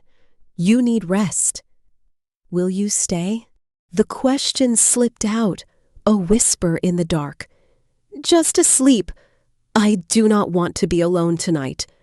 Something flickered in Kaelen's eyes, a war between desire and his rigid self-control. Are you sure? I am sure. They lay together in her massive bed. Elara tucked against Kaelen's side, his arm wrapped protectively around her. She could hear the steady, strong beat of his heart beneath her ear, a rhythm that was quickly becoming the soundtrack of her life. Kaelen, she whispered into the darkness, if something happens, nothing will happen. But if it does, she lifted her head to look at him in the faint moonlight. I want you to know that I do not regret any of this. Not the marriage, not the mark, not becoming your mate. You gave me a purpose bigger than just surviving. You made me a queen. Kaelen's hand came up to cup her face, his expression more open and vulnerable than she had ever seen it. You were always a queen, Elara. I just gave you a kingdom. He did not kiss her. He simply held her gaze, and in the silver depths of his eyes, she saw a reflection of her own tumultuous feelings. Sleep, he murmured. We have a long ride tomorrow. Elara settled back against his chest, feeling safer than she had in weeks. Whatever tomorrow brought, they would face it together. That knowledge was a shield against the fear. The ruins of sunken starfall rose from the barren plateau like the broken bones of a forgotten giant. It was a desolate, wind-swept place, the ancient stones bleached pale by a relentless sun. The perfect place for a betrayal. "I do not like this," Rorik muttered, his hand resting on the hilt of his sword. The scouts reported minimal activity, too minimal, which means they are hiding. Kaelen's eyes scanned the horizon, missing nothing. "Elara, stay close!" "I know," Elara said, her hand touching the dagger at her belt. The power beneath her skin was a restless ocean, ready to be unleashed. "We have been over this. They had brought 100 wolves this time." A formidable force, but Elara's senses, sharper than ever, screamed that it would not be enough. As they passed between two towering standing stones that marked the entrance to the ancient site, a pricking sensation crawled up her spine. A sense of overwhelming wrongness. "Kaelen," she began, her voice tight with warning. Then the world erupted. Soldiers poured from behind every stone, from hidden trenches dug into the hard earth, from camouflaged positions all around them. Not 100, not 1,000, thousands. A sea of gray and steel, their numbers so vast they seemed to blot out the sun itself. They were completely, utterly surrounded. "Ambush!" Kaelen roared, already shifting into his colossal wolf form. His wolves formed a protective circle around Elara, but it was a futile gesture. For every enemy they cut down, 3 more appeared, and these soldiers were not using wolfsbane. Elara watched in horror as one of Kaelen's warriors fell. Not from poison, but from a strange, instant paralysis that spread from where a small dart had struck his neck. "What is that?" she shouted to Rorik. "I do not know." He was fighting, desperately, his sword a blur. Some new weapon. More wolves fell. The paralysis was swift and total. They were not dead, but they were helpless, unable to move or fight. The protective circle around Elara shrank with terrifying speed. She felt Kaelen's rage and desperation through the bond. He was a whirlwind of destruction, cutting a bloody path through the enemy. But there were too many. Far too many. Elara. His mental voice crashed into her mind. Strained and frantic. "You have to run. Now. I will not leave you. You have to." His physical form was bleeding from a dozen wounds, his movements slowing. "One of us has to survive to warn." He never finished the thought.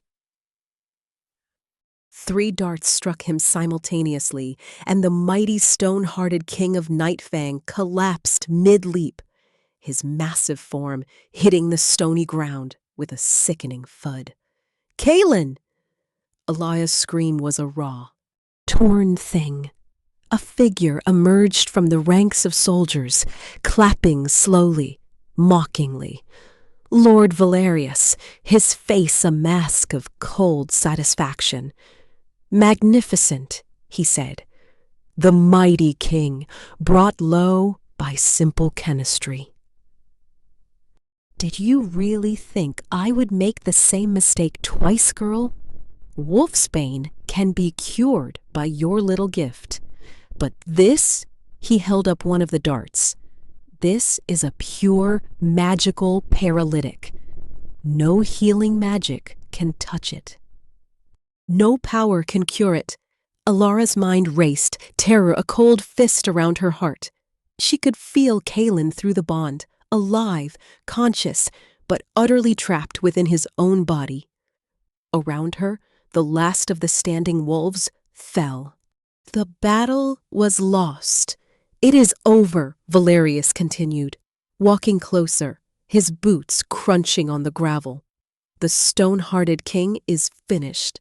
The wolf packs will be scattered. And you?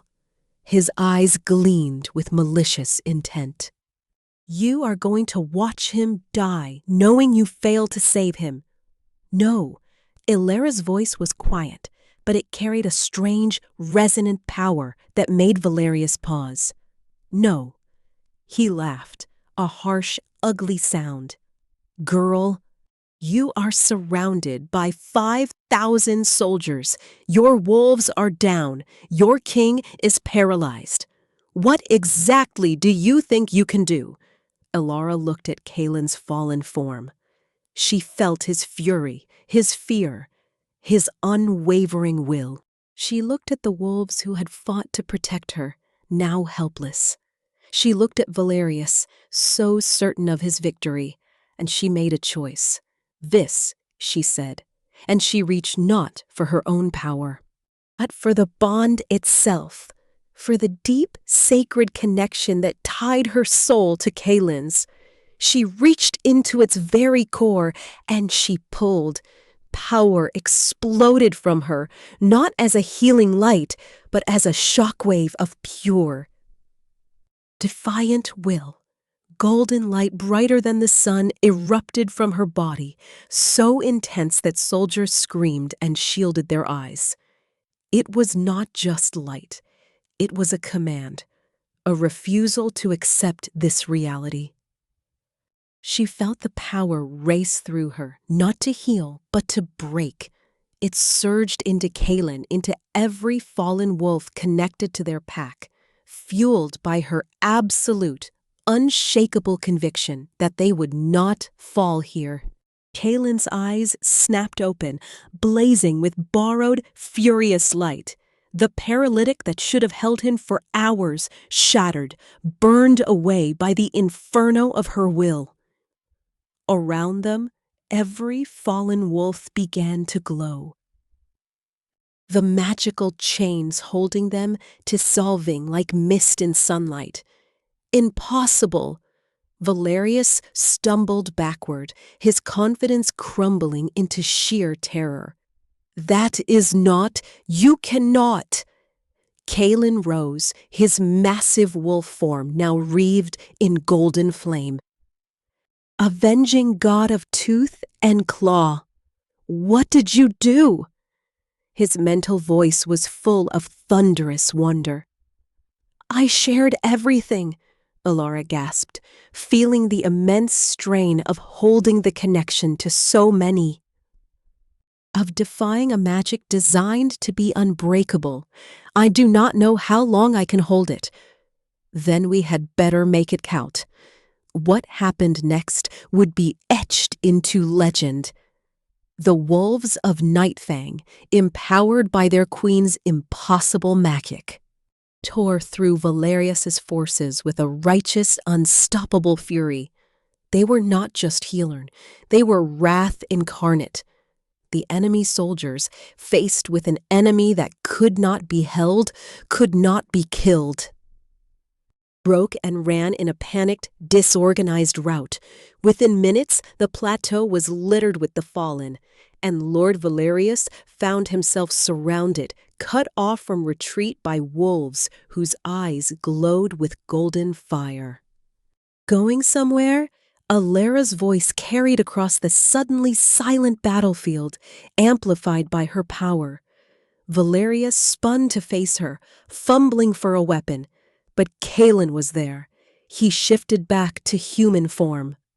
One hand locking around Valerius's throat, lifting the man off his feet. You made a grave mistake, Kaelen said, his voice quiet and more terrifying for it. You threatened my mate.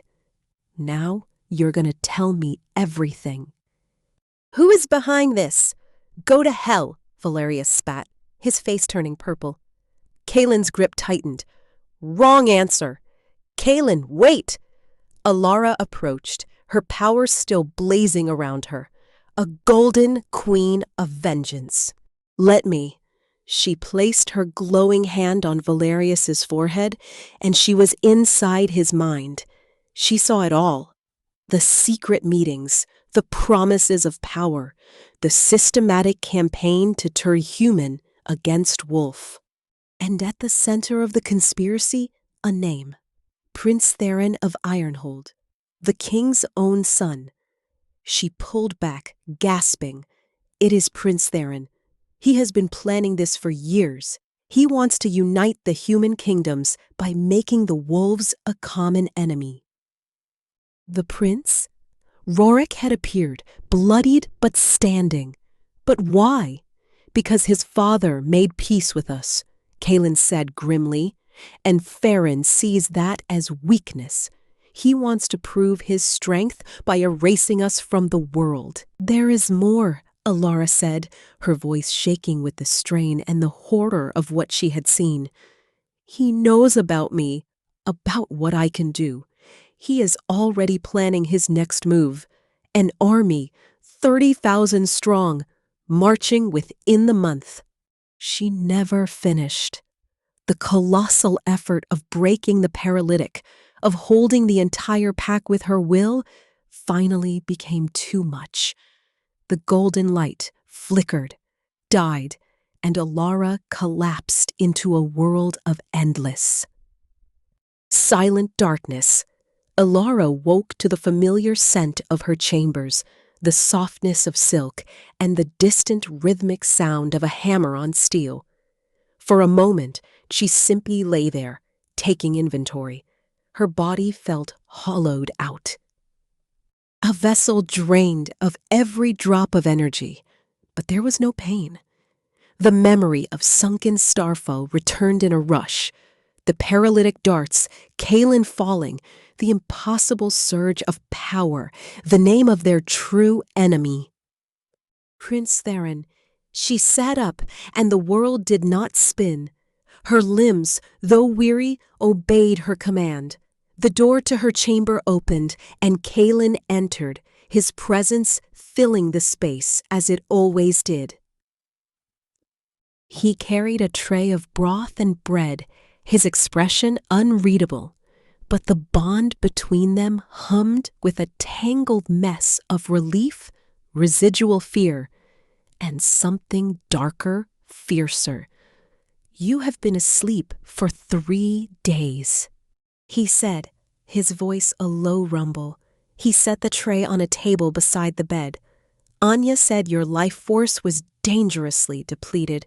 You nearly burned out your own soul. Elara met his gaze. It was worth it. We are alive. Valerius? In the dungeons. He has confirmed everything you saw in his mind. Prince Theron has declared war. Officially. He is calling the wolf packs a blight on humanity and has demanded the other kingdoms join his crusade. Elara's blood ran cold. How many are listening? Too many.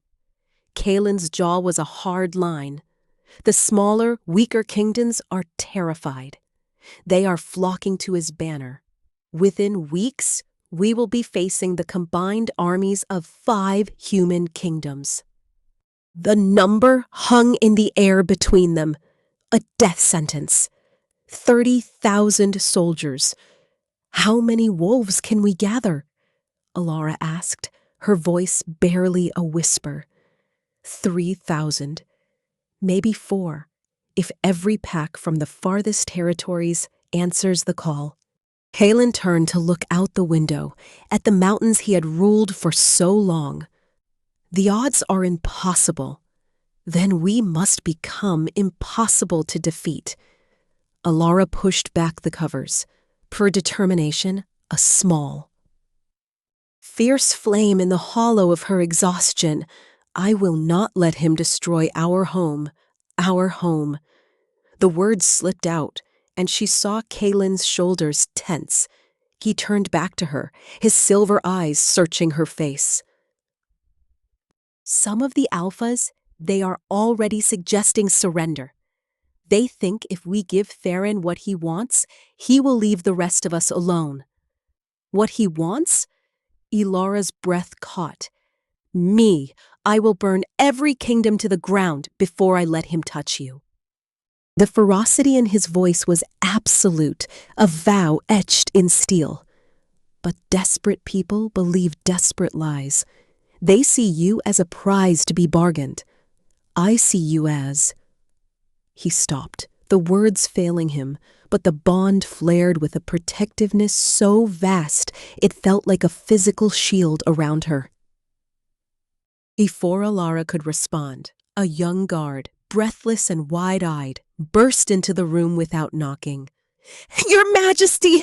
My queen! You must come to the main courtyard!" "No!" Kaelen was on his feet instantly. His body coiled for a threat. "Is it a challenge? An attack?" "No, sire."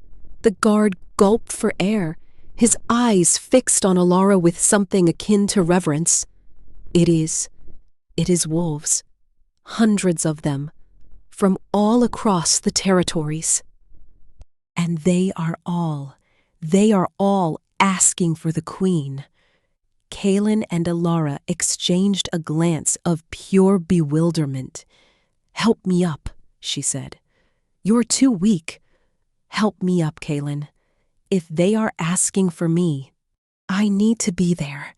He helped her into a robe, his touch careful, almost reverent, and together they made their way to the main courtyard. What they saw there stole the air from Elara's lungs. The vast space was filled with wolves. Not just Kaelen's warriors, but strangers, their scents speaking of distant forests and snowy peaks. There were hundreds of them, and more were arriving through the gates every minute, and all of them, as one, were on their knees, their heads bowed in the ultimate gesture of submission and loyalty. "What is happening?" Elara whispered, her hand finding Kaelen's arm for support. An elderly alpha, his fur grayed with age, and his face a roadmap of old battles, rose from the front of the crowd. His voice, though weathered, carried across the silent courtyard with solemn power. "Word has spread, Your Majesty," he said, his gaze fixed on Elara. "Word of what you did at Sunken Starfall. How you defied an unbreakable magic, how you saved your king and 100 of his wolves from capture and death." He knelt again, his head bowing once more. "We come to offer ourselves to your service, to fight for Nightfang, to protect the queen who would sacrifice her very soul to save her pack." More voices rose, joining his, a low, rolling thunder of assent. "For the Golden Queen!" someone shouted from the back. "For the healer of Nightfang." The chant spread, growing in volume and conviction until it seemed to shake the very foundations of the stronghold. "For the Golden Queen! For the Golden Queen!" Elara felt tears prick her eyes. Hot and sudden, these wolves were not here out of fear of Kaelen. They were not here for political gain. They were here for her. They believed in her. She looked at Kaelen and saw not jealousy in his eyes, but a dawning, profound understanding. He gave a slight, almost imperceptible nod. Elara took a deep breath, drawing on the last reserves of her strength. She did not let her power blaze, for she had none to spare. But she stood straight, her head high, and let her voice ring out across the sea of loyal wolves. "I accept your pledge, and I make you a promise in return. Prince Theron believes we are animals to be hunted. He believes we can be driven to extinction, but we will show him what we truly are. We are pack, we are family, and we will not go quietly into the night. We will fight, and we will show him the true meaning of strength." The roar that answered her was deafening, a symphony of howls and shouts that was more powerful than any weapon. As the crowd began to disperse, organizing themselves with a new, fervent purpose, Kaelen pulled Elara close. His voice for her alone. "You have done it," he murmured against her hair. "You have united the packs in a way I never could. They do not just fear me anymore. They believe in you. I do not want them to believe in me." Elara said, leaning into his solid strength, "I want them to believe in us, in what we can build together." Together, Kaelen agreed, his arms tightening around her, always together. Later, in the quiet of her chambers, the reality of their situation settled upon them. Kaelen stood before the fire, the weight of the coming war on his shoulders. "The trial for Valerius will be tomorrow," he said, his voice grim.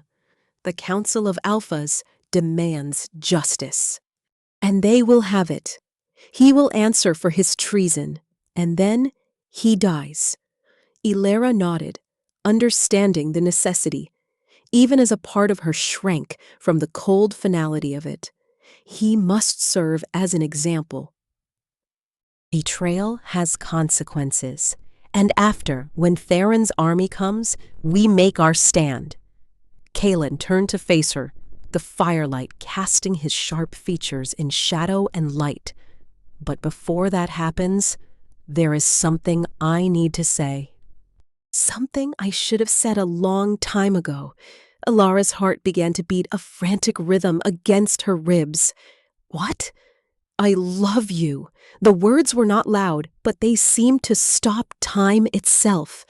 They were raw, stripped of all defenses, and utterly devastatingly sincere. "I have been fighting it," he continued, his gaze locked with hers, "trying to keep my distance, because I was afraid of what it would mean. But watching you nearly die, twice now, I cannot hold it back any longer. I love you, Elara Blackwood, more than I have ever loved anything in this world." Tears spilled freely down Elara's cheeks, but they were tears of joy, of a profound, healing warmth that spread through her entire being. "I love you too," she whispered, her voice thick with emotion. "Even though you are stubborn and overprotective, and sometimes infuriatingly noble." He did not kiss her. He simply crossed the room and gathered her into his arms, holding her as if she were the most precious thing in all the realms. He rested his forehead against hers, and in that quiet, sacred space, with the bond singing between them, no words were needed. "We are going to survive this," she whispered into the silence between them. "Together," he vowed, "now and always." They stood like that for a long time, drawing strength from one another as the sun set and the stronghold prepared for the storm to come. The Winter King and the Golden Queen, their love a newly forged weapon against the darkness, united, unbroken, and ready to face their destiny. Consciousness returned to Elara not as a sudden awakening, but as a slow, gentle tide washing over a barren shore.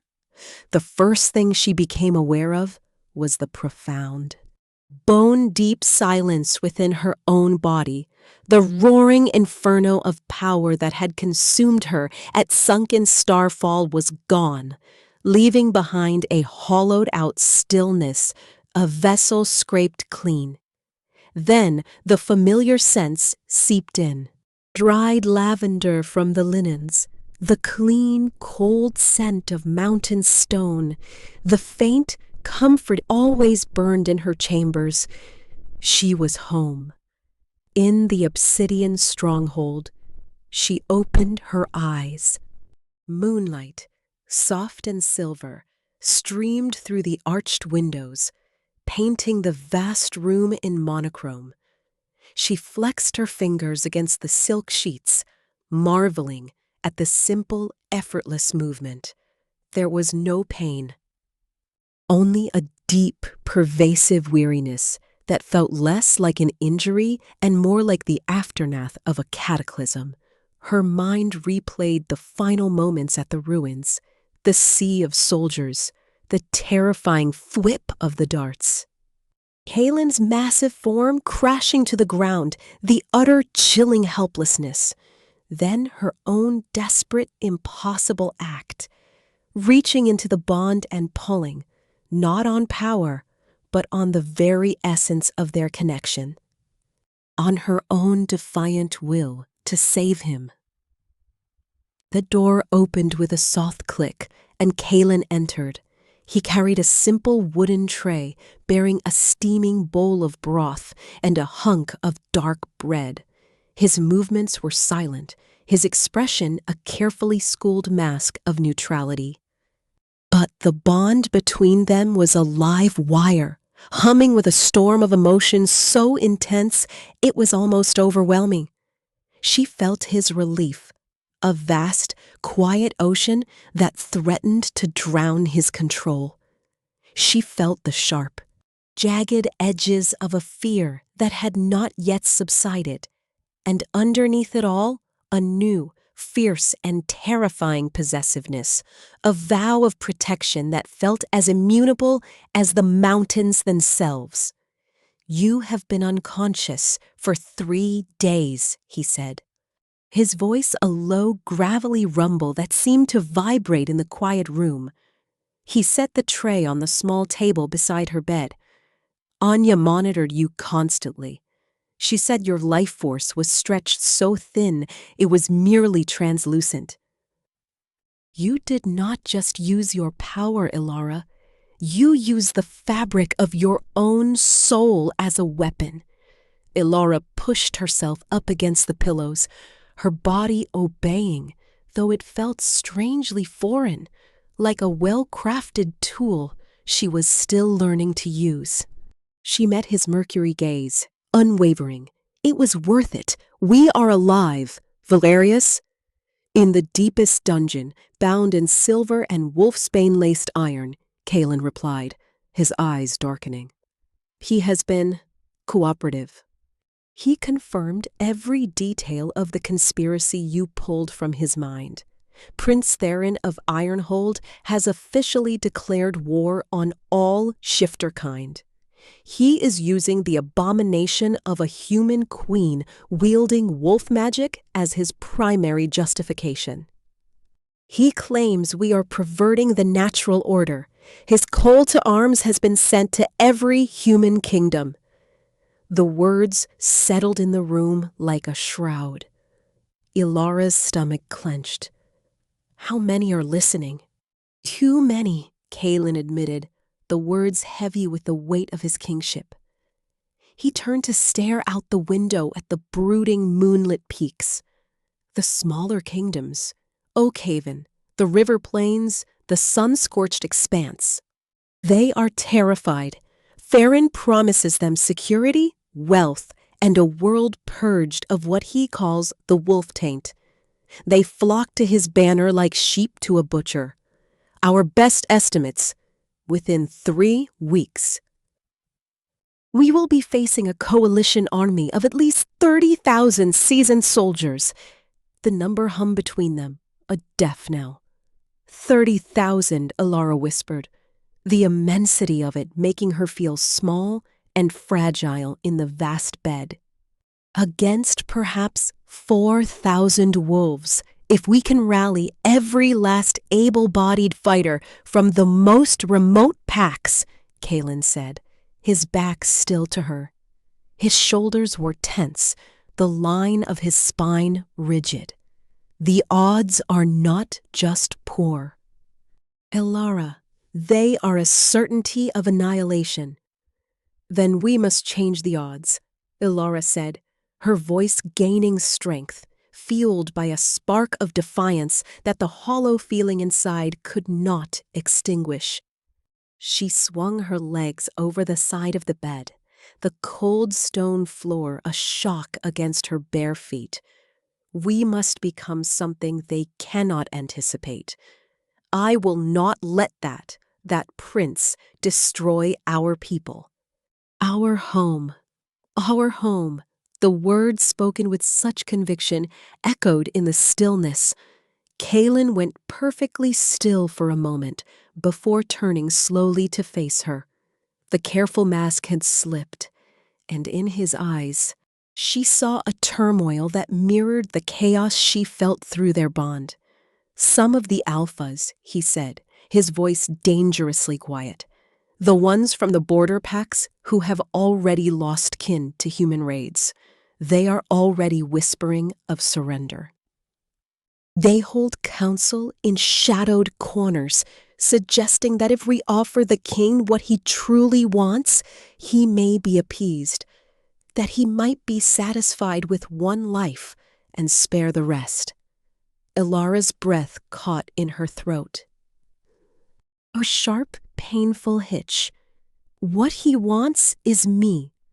A low, visceral growl rumbled in Kaelen's chest, a sound so primal it made the air vibrate. I will tear the sun from the sky and plunge this world into eternal night before I let him so much as look at you. The ferocity in his voice was absolute, a vow etched in blood and steel. But desperate people, when faced with the slaughter of their children, will clutch at any straw, no matter how vile. They look at you, Elara, and they do not see their queen. They see a prize, a bargaining chip, a sacrifice to be laid upon the altar of their survival. He took a step toward her, his intensity burning away the distance between them. But I look at you and I see, he faltered, the words failing him. But the bond flared with an emotion so vast, so protective, and so deeply reverent that it felt like a physical embrace, a shield against the entire world. Before Elara could find the words to respond, to give name to the tempest of feelings his unspoken declaration stirred in her, the door to her chamber was thrown open with such force it slammed against the stone wall. A young guard, his face pale and his chest heaving, stood panting on the threshold, his eyes wide with a mixture of panic and awe. Your Majesty, my queen, forgive the intrusion, but you must come, now, to the main courtyard. Kaelen was in front of Elara in an instant. His body a protective wall between her and the door, his posture that of a predator ready to strike. Report. Is it an attack? A challenge to my authority? No, sire, it is.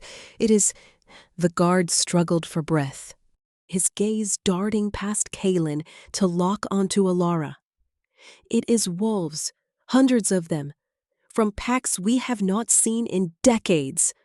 They are streaming through the gates, and they are not here for you, my king. They are all asking for the queen. A stunned silence filled the room. Kaelen and Elara exchanged a long, bewildered look.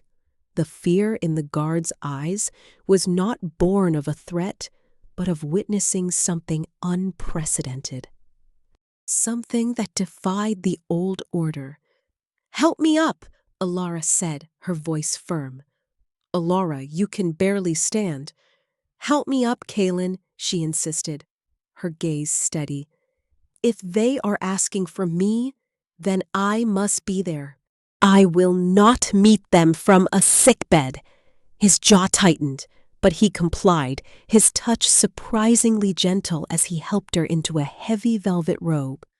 He supported her as they moved through the torch-lit corridors of the stronghold, a silence between them, thick with unspoken questions. As they approached the entrance to the main courtyard, a low, pervasive sound began to reach them. Not the roar of a battle-ready army, but a deep, resonant hum, the sound of countless voices murmuring as one. They stepped out into the cold night air, and the sight that greeted them made Elara's legs weaken anew, though this time it was from sheer, overwhelming disbelief. The courtyard, a space designed to hold 1,000 warriors for muster, was packed. Wolves stood shoulder to shoulder, a living tapestry of different pelts, scars, and scents. There were massive, shaggy beasts from the northern ice fields, sleek, sandy-colored hunters from the western deserts, and sturdy, pine-scented wolves from the deep forests. They were not in battle formations. They were simply gathered. And as Elara appeared in the doorway, a ripple went through the crowd. As if moved by a single silent command, every wolf in the courtyard, hundreds upon hundreds of them, sank to their knees. The sound of it was a soft, thunderous rustle of fur and leather on stone. Hundreds of heads bowed as one, not in Kaelen's direction, but in hers. The silence that followed was more deafening than any cheer. "What is happening?" Elara breathed, her hand instinctively finding Kaelen's arm, her fingers gripping the hard muscle beneath his tunic. From the front of the kneeling multitude, an ancient alpha rose. His fur was the color of ash, and one of his ears was missing, old, brutal scar carving a path through the fur on his muzzle. He moved with the stiff dignity of great age and immense strength. His voice, when it came, was like stones grinding together, yet it carried to the farthest corners of the courtyard. "Word has spread, Your Majesty," the old wolf said, his milky, knowing eyes fixed solely on Elara. "Word of the miracle at sunken Starfall. They said a human queen, bound by sacred vow to the stone-hearted king, stood against an army of thousands. They said she watched her mate fall to a magic that cannot be broken, and they said—" He paused, his gaze intensifying. "They said that when all hope was lost, she reached into the heart of the bond itself, that she did not call upon a power to heal, but upon a will that could not be denied, that she became a conduit for a light so pure it shattered chains meant to hold a god. She saved her king, she saved her pack, she defied the impossible." He took a step forward and knelt once more, bowing his head so low his forehead touched the cold stone. "I and Borak, Alpha of the Grey Rock Pack. We have lived in the high crags, isolated and proud, for 10 generations. We have answered to no king. But we come now. We offer our lives, our claws, our teeth to your service, to fight for Nightfang, to protect the Golden Queen who would sacrifice her very soul to shield her own." His words were a catalyst. A powerful female alpha with a pelt of midnight black rose beside him. "The shadowed veil pledges itself to the Golden Queen," she declared. Her voice a sharp, clear note in the night. "The sun-scarred rider's pledge," shouted a lean, weathered wolf from the back. "The whispering pines pledge. The river's heart pledges." The declarations came faster and faster. A rolling wave of fealty that built into a deafening roar. The chant began somewhere in the middle of the crowd, a single, powerful phrase that was picked up and repeated until it seemed to shake the very foundations of the mountain. "For the Golden Queen! For the Golden Queen! For the Golden Queen!" Tears, hot and unchecked, streamed down Elara's face. This was not out of fear of Kaelen's wrath. This was not for political gain or ancient treaties. This was a choice. They had come because they believed in her, in what she represented. Not a weapon, not a pawn, but a symbol of hope and unwavering loyalty. She felt Kaelen's hand cover hers where it still gripped his arm. She looked up at him. There was no jealousy in his silver eyes, no resentment at this shift of allegiance. Instead, she saw a dawning, profound understanding and a respect so deep it stole her breath. He gave a slight, almost imperceptible nod. Elara turned back to the sea of loyal faces. She took a deep, steadying breath, drawing on the last dregs of her strength, on the love and hope pouring from the crowd. She did not let her power flare. For she had none to give, but she stood to her full height, pulling her shoulders back, and let her voice ring out, clear and strong, carrying over the chanting crowd. "I accept your pledge." The chanting ceased instantly, replaced by an attentive, breathless silence. "And I make you a promise in return," she continued, her gaze sweeping over the multitude. "Prince Theron looks at us and sees monsters. He sees beasts to be culled and a queen to be captured. He believes our strength lies only in our teeth and our claws. But we will show him he is wrong. Our strength is not in our individual power, but in our unity. Our strength is in our pack, in our family, in our loyalty to one another. He thinks he brings extinction, but we will show him the true meaning of resilience. We will show him the ferocity of a pack defending its home. We will fight, not for conquest, not for survival, not for glory, but for the right to exist. And we will make him regret the day he ever dared to threaten our people." The roar that answered her was unlike anything she had ever heard. It was not just sound. It was a force of nature, a wave of pure, unleashed spirit that erupted from hundreds of throats. A symphony of howls, shouts, and the pounding of weapons on shields that echoed through the mountains for miles. It was the sound of an army finding its soul. As the crowd began to disperse, organizing themselves with a new, fervent purpose, the energy in the courtyard shifted from one of awed silence to one of determined resolve. Kaelen turned Elara to face him, his hands on her shoulders. The noise around them seemed to fade into a distant hum. "You have done it," he murmured, his voice thick with an emotion she could no longer name as anything other than love. "You have united the packs not through fear, but through faith. They do not follow me because they are afraid of the consequences. They follow you because they believe in the future you represent. I do not want them to believe only in me," Elara said, her hands coming up to rest on his chest, feeling the strong, steady beat of his heart beneath her palms.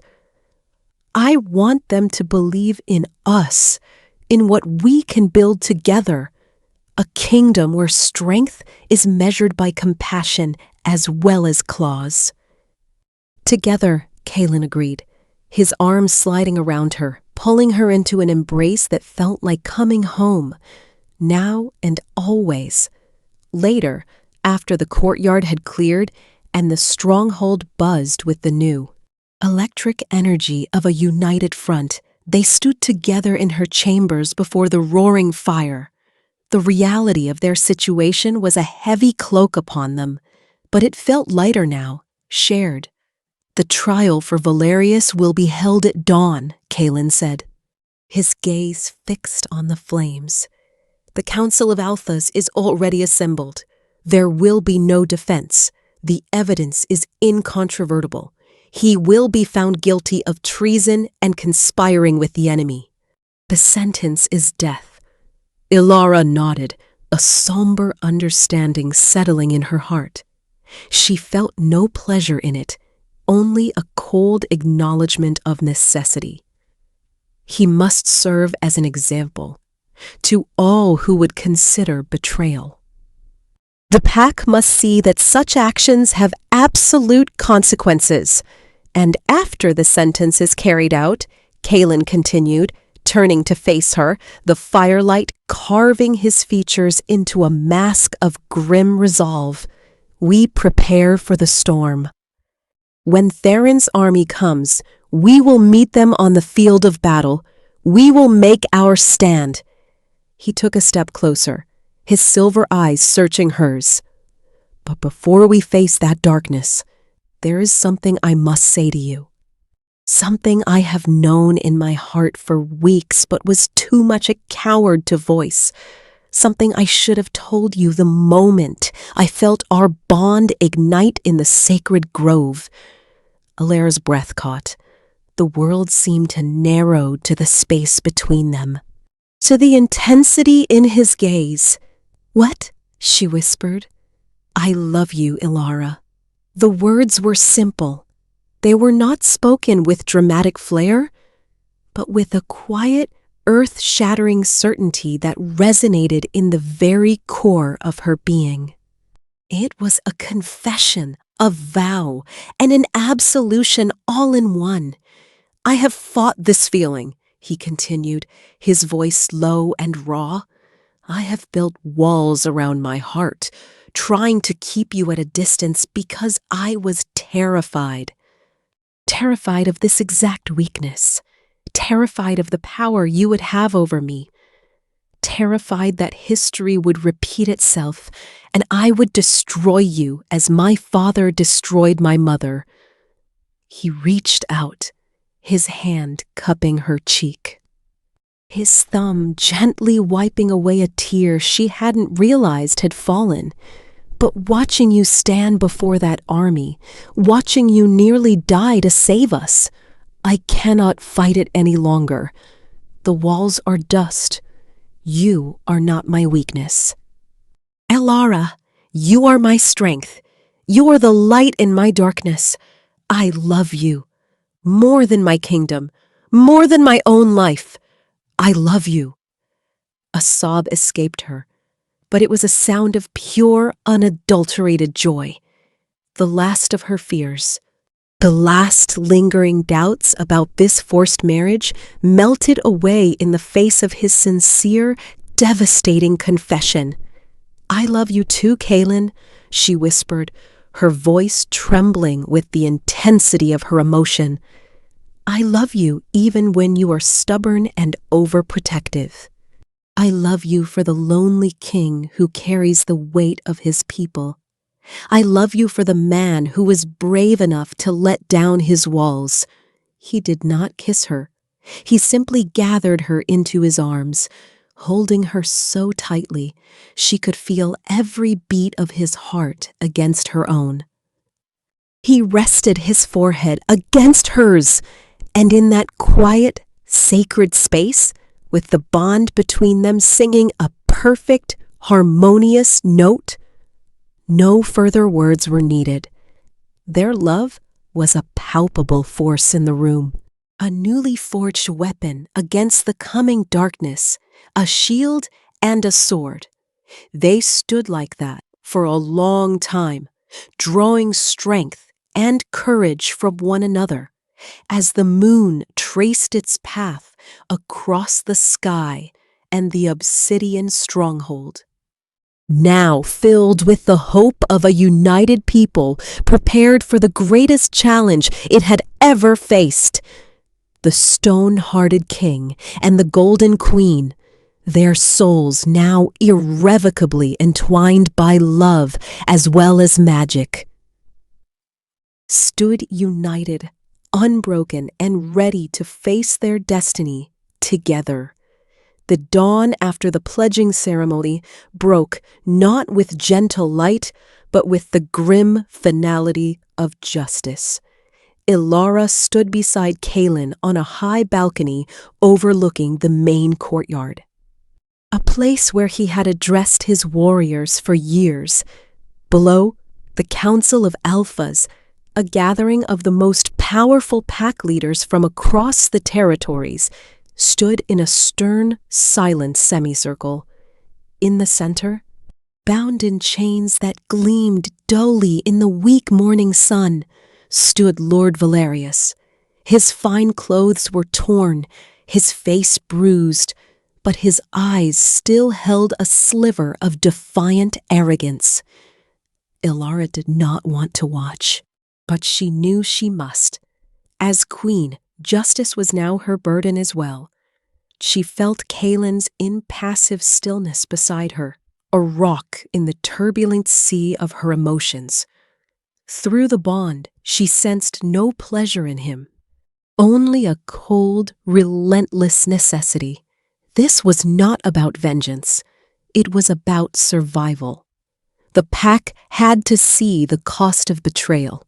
The proceedings were swift and merciless. The charges were red: treason, conspiracy to commit genocide, acts of war against the crown of Nightfang. Witnesses from the battle at Sunken Starfall gave their testimony, their voices hard with the memory of fallen comrades and the terror of the paralytic darts.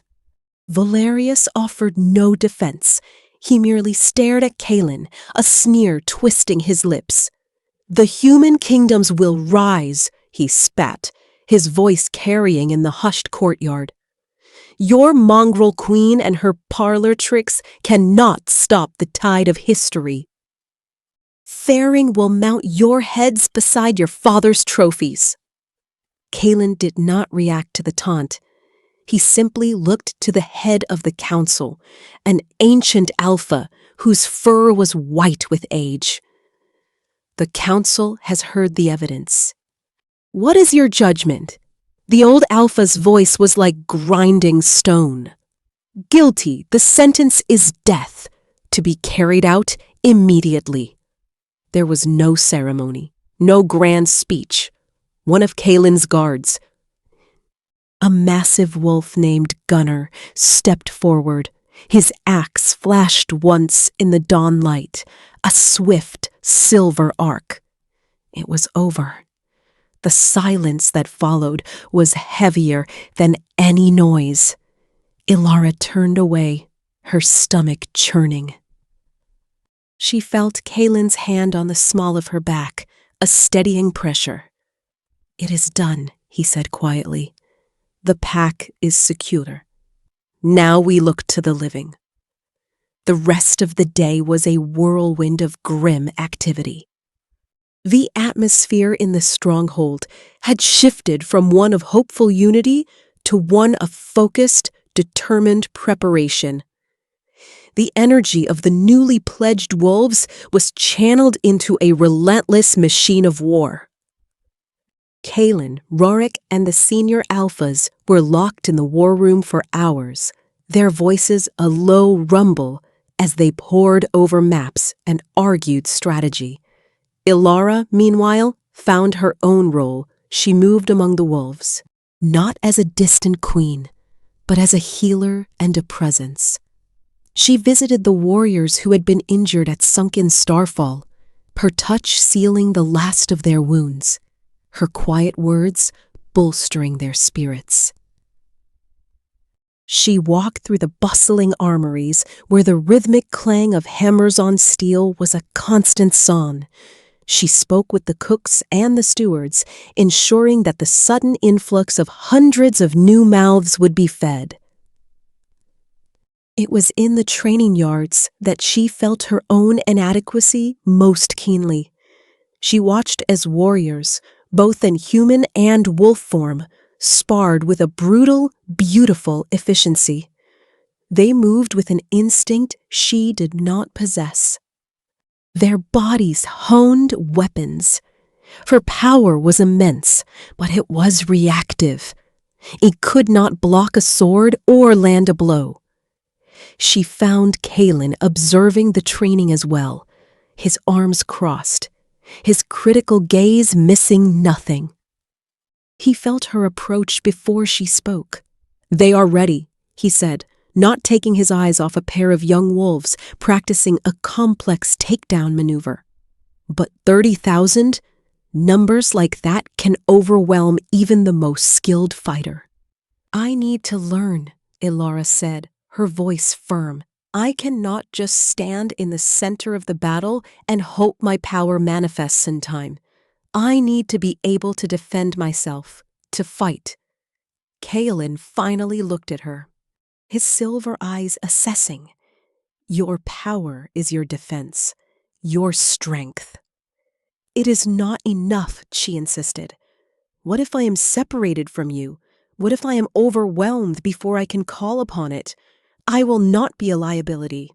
I will not be the reason you are distracted. He studied her for a long moment, seeing the stubborn set of her jaw, the fire of determination in her eyes. He nodded slowly. Very well. But we do not have years to train you. We have days. It will be brutal. I am ready. He assigned Rorik as her primary instructor. The captain was a patient but uncompromising teacher.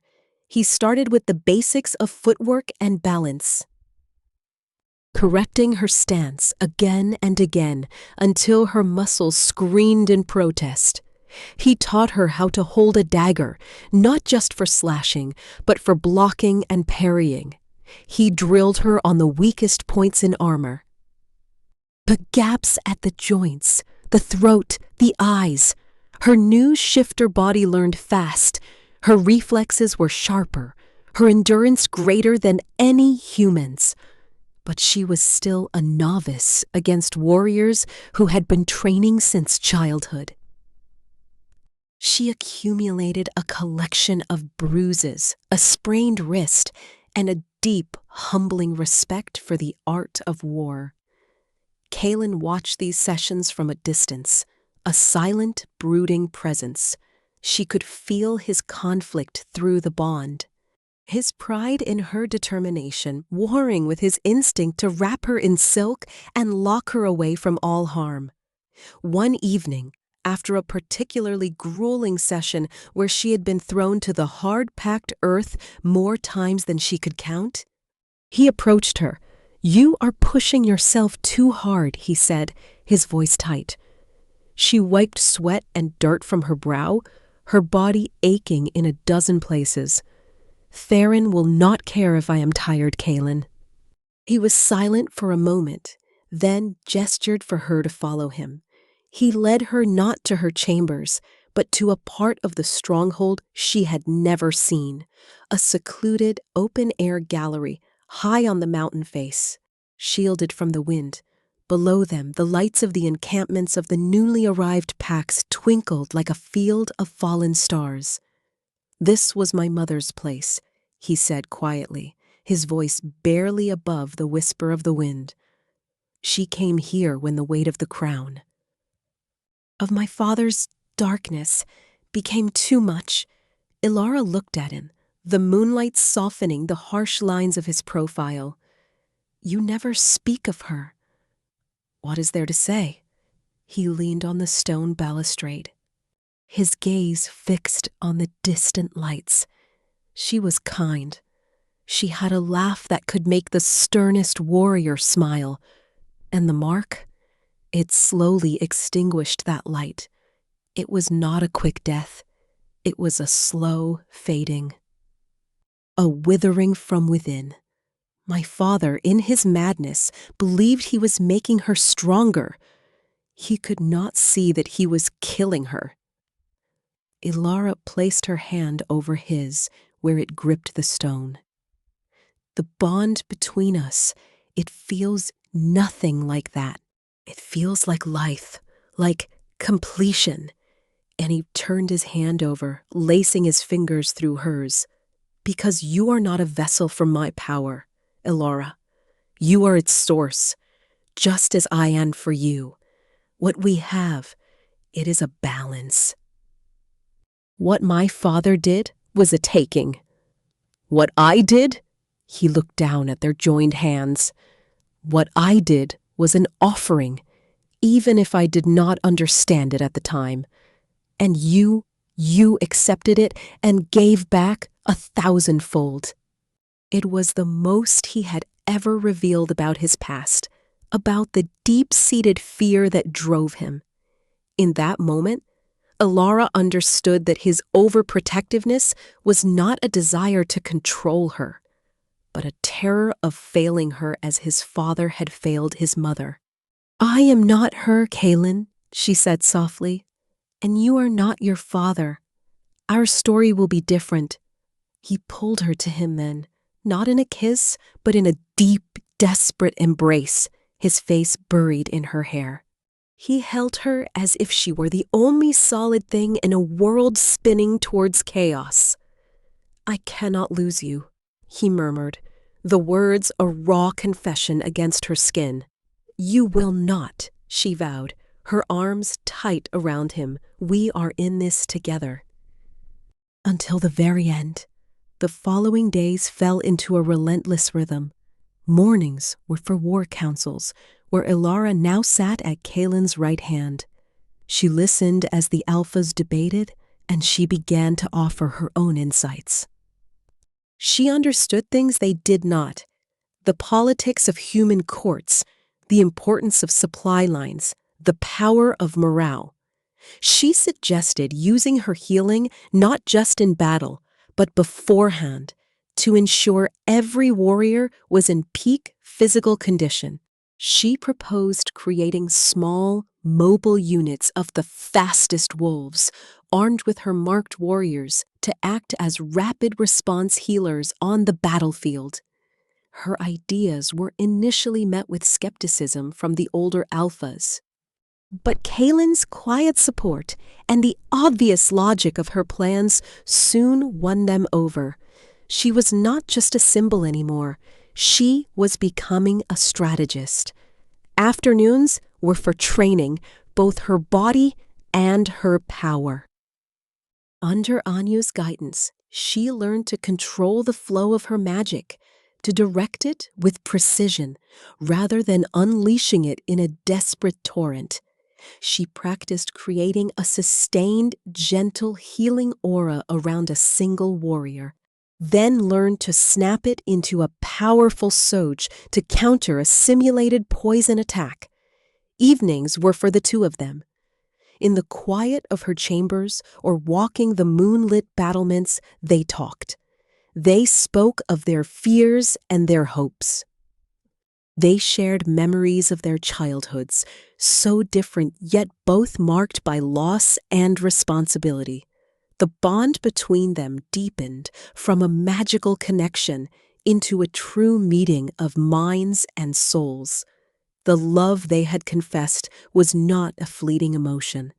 It was a foundation being laid stone by stone, strong enough to withstand the coming storm.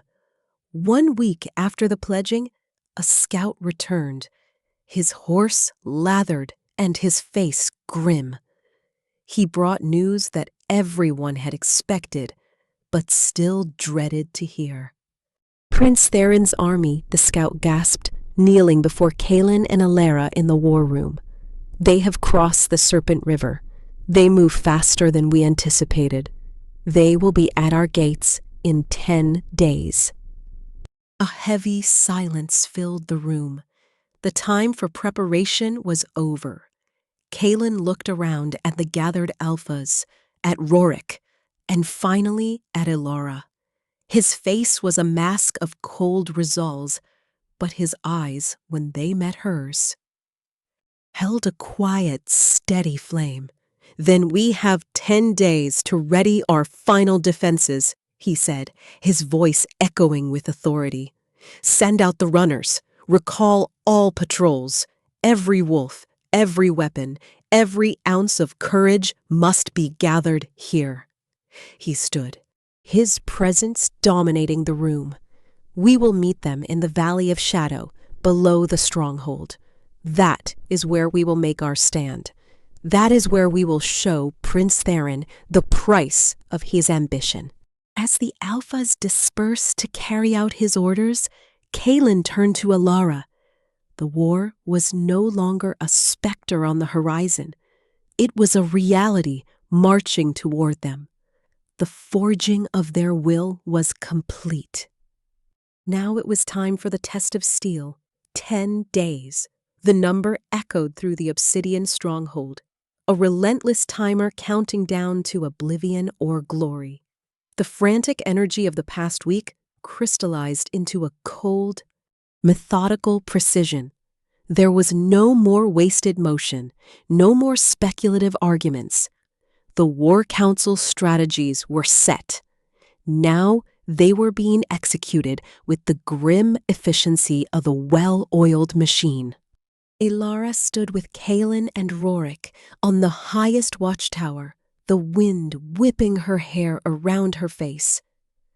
Below, in the sprawling valley of shadow, the land was being transformed. What was once a peaceful, forested basin was now a fortress in the making.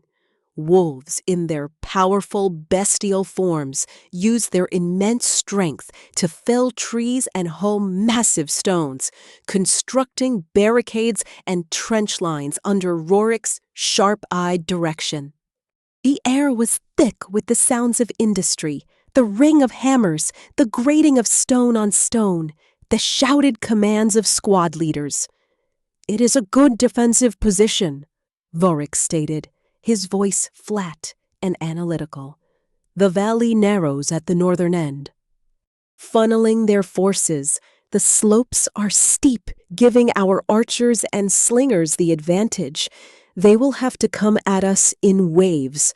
We can bleed them dry before they ever reach our main lines." "But they have 30,000 waves," Elara murmured, her enhanced vision picking out the tiny ant-like figures of their own warriors digging in. The scale of the coming battle was staggering. "Can we hold?" "We will hold," Kaelen said, his voice absolute. He did not look at her. His mercury gaze was fixed on the distant horizon, as if he could already see the dust cloud of Farron's army. "They fight for conquest and pride. We fight for our homes, for our families." There is no comparison in the strength of those convictions. Yet Elara could feel the tension thrumming through their bond, a tightly coiled spring of controlled anxiety. He believed his words, but he was not a fool. He knew the mathematics of war. Her days became a blur of purpose. She no longer trained with the warriors. There was no time to learn what years of experience taught. Instead, she focused her efforts where she was uniquely needed, with her power. Under Anya's guidance, she and the 5 wolves she had marked, Gareth, Cassia, and the others, perfected their connection. They practiced until they could move as one unit, Elara channeling her healing through them in a precise, controlled flow, able to switch from a wide, sustaining aura to a targeted, powerful surge in a heartbeat. She also walked the emerging camp daily, a calm, golden presence amidst the storm of preparation. She would stop and speak with warriors, not as a queen giving orders, but as one of them. She would listen to their fears, share a quiet word of encouragement, and lay a gentle hand on a strained shoulder. Her magic easing aching muscles and soothing frayed nerves. She was their healer, their symbol, and their heart. One afternoon, 5 days before the army was due to arrive, she was in the makeshift infirmary, a large, airy cave at the base of the stronghold walls that had been stocked with herbs, bandages, and poultices. She was organizing supplies with Anya when a commotion arose at the entrance. Rorik entered, his expression grim. Behind him, 2 of his scouts supported a third between them. The wounded scout was one of the swiftest, a young female named Elara, sent to monitor the enemy's advance.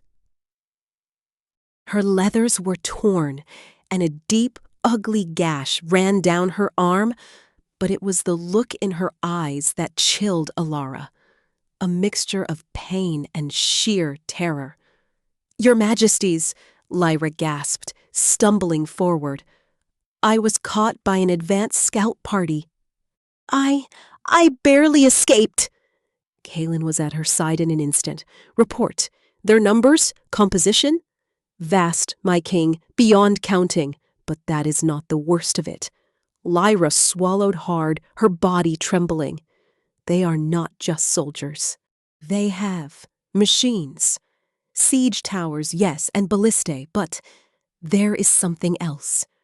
A cart, heavily guarded, draped in black cloth. I got close enough to hear the men talking. They fear it. They call it the soul smotherer. A cold dread, colder than the mountain wind, trickled down Elara's spine. Soul smotherer? They're mages, Lyra whispered, her eyes wide. They have been working with Prince Theron. They have created a weapon. Not of steel or poison, but of magic. They said it emits a field of energy that severs the connection between a shifter and their wolf spirit. It does not paralyze the body. It destroys the soul from within, leaving an empty shell. Silence descended upon the infirmary, so profound that the crackle of the torches sounded like thunder. Elara felt the blood drain from her face. This was worse than any poison, any army. This was a weapon designed to annihilate the very essence of what they were. Her healing power could mend flesh and bone. It could burn away toxins. But could it repair a shattered soul? Could it reforge a connection to a spirit that had been forcibly severed? Kaelen's face was a mask of stone, but Elara felt the volcanic fury that erupted within him through their bond. "Are you certain of this?" he asked, his voice dangerously quiet. Lyra nodded weakly. "I am certain." "My king, I heard it from their own lips," Rorik cursed, a low, vicious sound. "This changes everything. If they can deploy this weapon, our wolves will be cut down from the inside, our greatest strength. Our connection to the beast within will become our greatest weakness." Elara's mind raced, the strategist she was becoming warring with the terrified woman. "We cannot let that weapon reach the battlefield. We have to destroy it before the fighting begins." "How?" Rorik demanded. "It will be at the heart of their camp, surrounded by 30,000 men." "There is a way," a new voice said, soft but firm. Everyone turned. Borak, the ancient alpha from the Grey Rock Pack, stood in the entrance. He had been listening. He moved into the cave, his aged body still radiating a formidable strength. "The Valley of Shadow is not the only path to this place. There are old ways, paths carved by mountain goats and forgotten by men. They are treacherous, nearly vertical in places, but passable for a small, determined group." "A strike team," Kaelen said, understanding immediately. Borak nodded. "A dozen of my best climbers. We can descend the western cliff face under cover of darkness, slip into their camp, and destroy this soul smotherer before they even know we are there." "It is a suicide mission," Rorik stated bluntly. "Even if you make it down the cliff, getting into the camp, finding the weapon, and destroying it without being discovered, the chances are non-existent." "All chances are non-existent if that weapon is used on our people," Borak replied, his milky eyes blazing with a fierce light. "My pack pledged itself to the Golden Queen. This is how we fulfill that pledge." "We are ghosts on the rock. We will not be seen." Elara's heart hammered against her ribs. She looked from Borak's resolute face to Kaelen's calculating one. She could not ask this of them. She could not send these wolves to almost certain death. Kaelen's gaze met hers. He was thinking the same thing. But he was also the king. The strategic value is undeniable, he said, his voice heavy. If they succeed, they save thousands. If they fail, we lose a dozen brave souls. He looked at Borak. The decision is yours. Alpha, I will not order this. Borak bowed his head. The decision is made, Your Majesty. We go tonight. That evening, as the sun dipped below the peaks, casting long, deep shadows across the valley, Elara stood with Kaelen to see the strike team off. Borak and 11 of his wolves, their gray fur making them merely invisible against the stone, stood ready at the edge of the dizzying cliff. They carried no heavy weapons. Only climbing gear, daggers, and small pouches of a volatile fire powder smuggled from the human lands. Borak approached Elara. "Do not look so sorrowful, my queen," he said, his voice gentle. "This is an honor. We go to ensure the dawn for our people." Tears welled in Elara's eyes. She reached out and placed her hand on his scarred muzzle. A pulse of her power, warm and golden, flowed into him, not to heal, but to bless, to strengthen his spirit. "Come back to us," she whispered. Borak bowed his head, then turned to his team. Without another word, they began their descent, melting into the shadows of the cliff face like wraiths. Elara and Kaelen watched until the last of them had disappeared from view. The night felt colder, the silence heavier. The war was no longer a future event. It had already begun with a silent, desperate mission in the dark. Kaelen's hand found hers, his grip tight. "We must prepare for tomorrow," he said, his voice a low rumble. "With or without their success, the battle will come." Elara nodded, leaning into his strength. The shadow of the coming storm had deepened, carrying with it a new, more insidious threat. But as she looked out at the starlit valley, at the defenses they had built, and the army of wolves who believed in her, she felt a flicker of defiance. Farron had his machines and his mages, but they had courage, and they had each other, and they had a golden queen who was only just beginning to understand the depth of her own power. The night was an eternity. Elara did not sleep. She stood with Kaelen on the battlements, their gazes fixed on the southern mouth of the Valley of Shadow, where the darkness was deepest. The bond between them was a taut wire. Humming with a shared silent prayer for the 12 ghosts on the cliff, the fate of the entire battle, of every life in the stronghold, might very well rest on their success. As the first hint of gray touched the eastern sky, a sentry's horn blew, a single sharp note that cut through the pre-dawn stillness. It was not an alarm of attack, but a signal. A lookout stationed on the highest peak had seen something. Kaelen's hand tightened on the stone parapet. "Report," he barked, his voice carrying down to the courtyard below. A moment later, a breathless runner scrambled up the steps to them. "Your Majesties, a signal fire from the ridge opposite the human camp. A single bright flare of green light." Elara's heart leaped into her throat. "Green? That was the signal for success?" The runner nodded, his face split by a grim, triumphant smile. "Yes, my queen. Borak's team signaled. The weapon has been destroyed." A wave of sheer, unadulterated relief so powerful it made her knees weak washed over Elara. She swayed, and Kaelen's arm was instantly around her, holding her steady.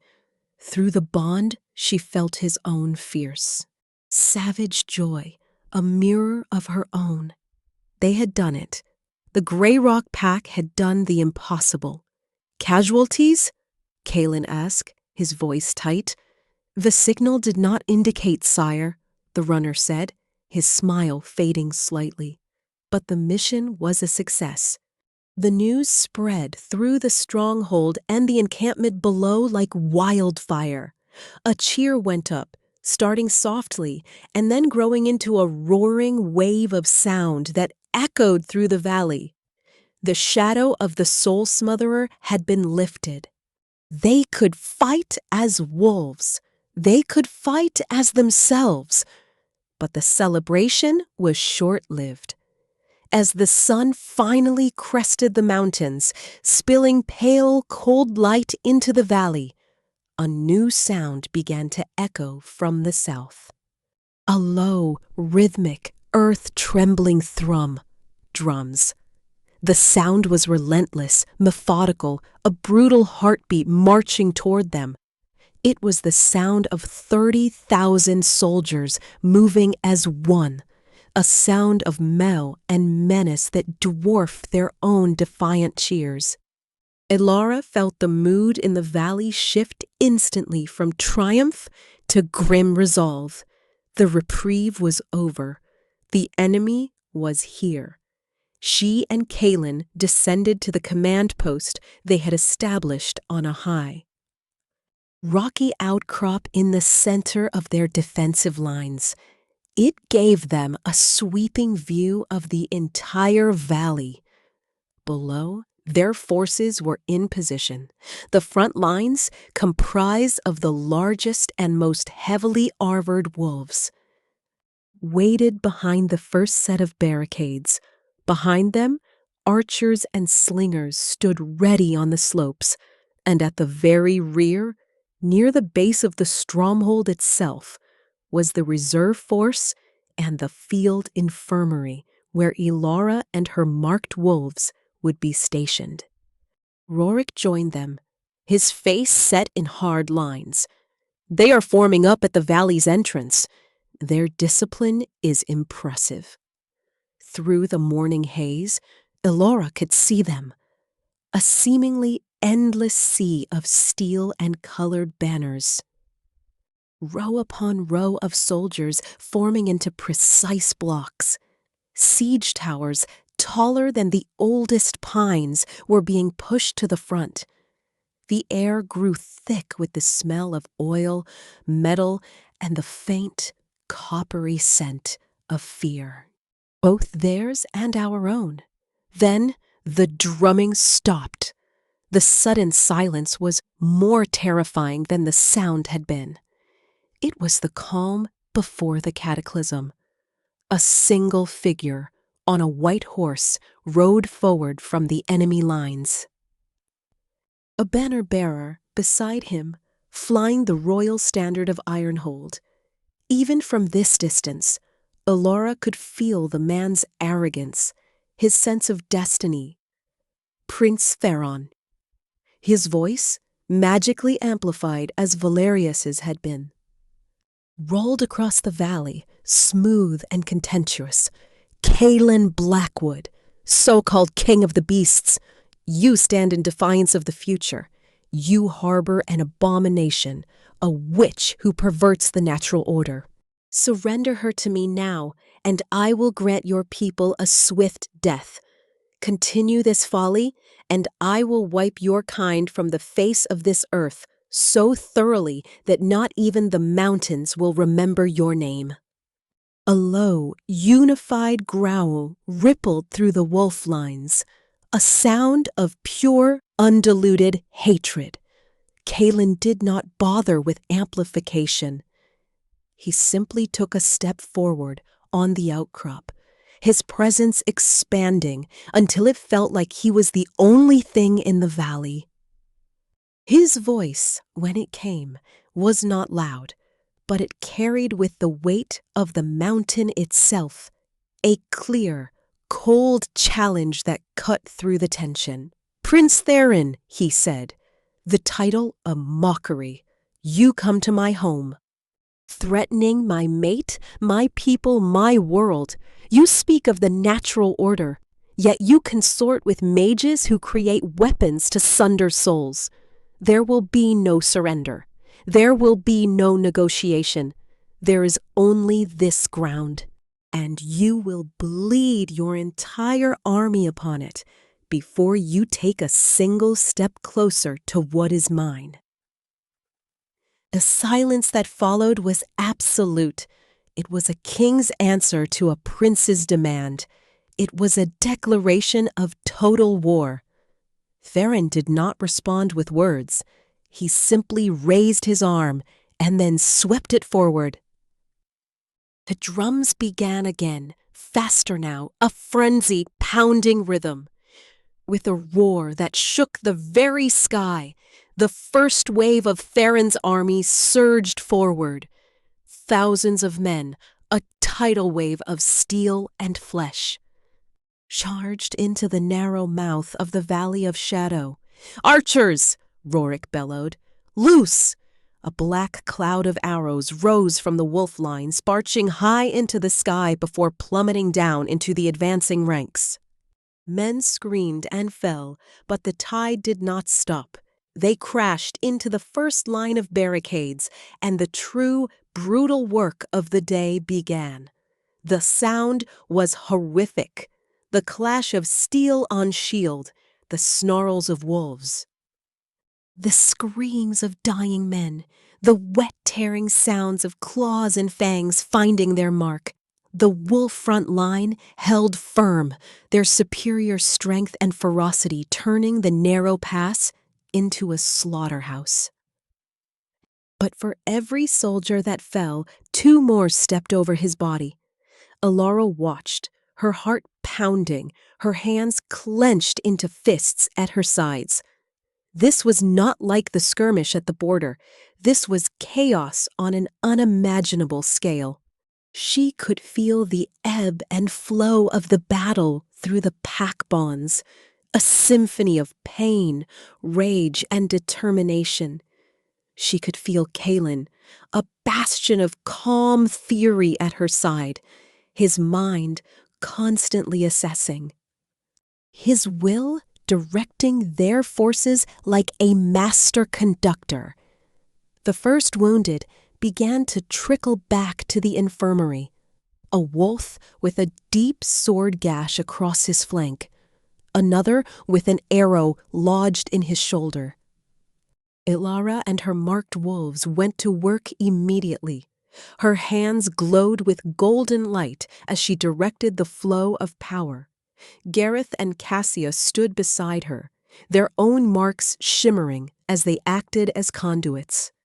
Spreading her healing to multiple wounded at once, she sealed wounds, eased pain, and sent warriors back into the fray with renewed vigor. For hours the battle raged. The human waves broke against the wolf defenses again and again, the valley floor becoming a churning morass of blood and mud. The sun climbed higher, its light glinting off the sea of armor and the bared teeth of the defenders. Then a new sound joined the cacophony, a deep, groaning creak, followed by a series of heavy thwumps. "Ballistae!" someone shouted. Massive bolts, as thick as a man's leg, shot from the enemy's back lines. They weren't aimed at the front lines, but at the slopes where the wolf archers were positioned. One bolt slammed into the rocky outcrop mere feet from the command post, sending shards of stone flying.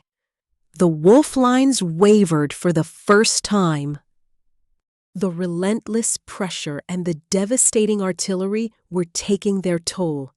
Kaelen's voice was a snarl. "They are trying to break our range support. Rorik, commit the first reserve. Hit their left flank." Now Rorik nodded and signaled. A force of several hundred wolves who had been waiting in a concealed gully erupted from the side of the valley and slammed into the flank of the attacking human regiment. The surprise attack was devastating, carving a bloody path through the enemy ranks and taking the pressure off the center. A cheer went up from the wolf lines. They had held, for now. Elara, her face splattered with mud and someone else's blood, allowed herself a single shuddering breath. She looked at Kaelen. His expression was still carved from stone, but she saw the flicker of relief in his eyes. The first day was not yet over, but they had weathered the first. Greatest storm. But as she looked back at the battlefield, at the countless bodies littering the ground, she knew this was only the beginning. The drums had started the song of war, and the chorus of death had only just begun. The reprieve granted by the flanking attack was measured in minutes, not hours. Prince Theron was a competent general, and he adapted with cold efficiency. He pulled his battered forward regiments back, replacing them with fresh troops, while his artillery continued its relentless pounding rhythm. The massive bolts from the ballista were joined by fiery projectiles from catapults, arcs of burning pitch that soared through the air to crash into the wolf-held slopes, setting the dry autumn brush ablaze. The air, already thick with the metallic scent of blood and the cacophony of war, now filled with the acrid smoke of fire and the screams of animals and warriors caught in the inferno. Elara's field infirmary, once a place of methodical healing, became a chaotic triage center. The trickle of wounded became a flood. Wolves stumbled back from the lines with horrific burns, limbs shattered by ballista bolts. Bodies riddled with arrows. The golden light that emanated from Elara and her marked wolves was a constant, desperate glow in the smoky haze. She moved from one critically injured warrior to the next, her hands moving with a speed and precision born of necessity. She felt the strain not just in her own body, but in the bonds with Gareth, Cassia, and the others. They were conduits, and the sheer volume of agony and damage flowing through them was a searing torrent. "We cannot keep this pace," Cassia gasped, her face pale as she finished channeling healing into a young wolf whose leg was merely severed. "The energy, it's like trying to drink from a waterfall." Elara knew she was right. Her power was vast, but it was not infinite. She was reacting, putting out fires, but the battle was a conflagration. She felt each death on the front lines like a small, sharp sting, a flicker of a bond extinguished forever. The emotional toll was a weight dragging at her soul. High on the command outcrop, Kaelen was a statue of focused wrath. He issued commands in a low, steady voice that cut through the din, his silver eyes missing nothing. He shifted regiments, exploited small weaknesses in the human formations, and committed reserves at the critical moment. But even he could not stop the relentless, grinding pressure of numbers. The wolf lines were being pushed back, step by bloody step. The first barricade had been overrun. The second was buckling. "Their general is using our own strength against us," Rorik snarled, wiping blood from a cut on his brow. "He knows we will fight to the last for every inch of ground."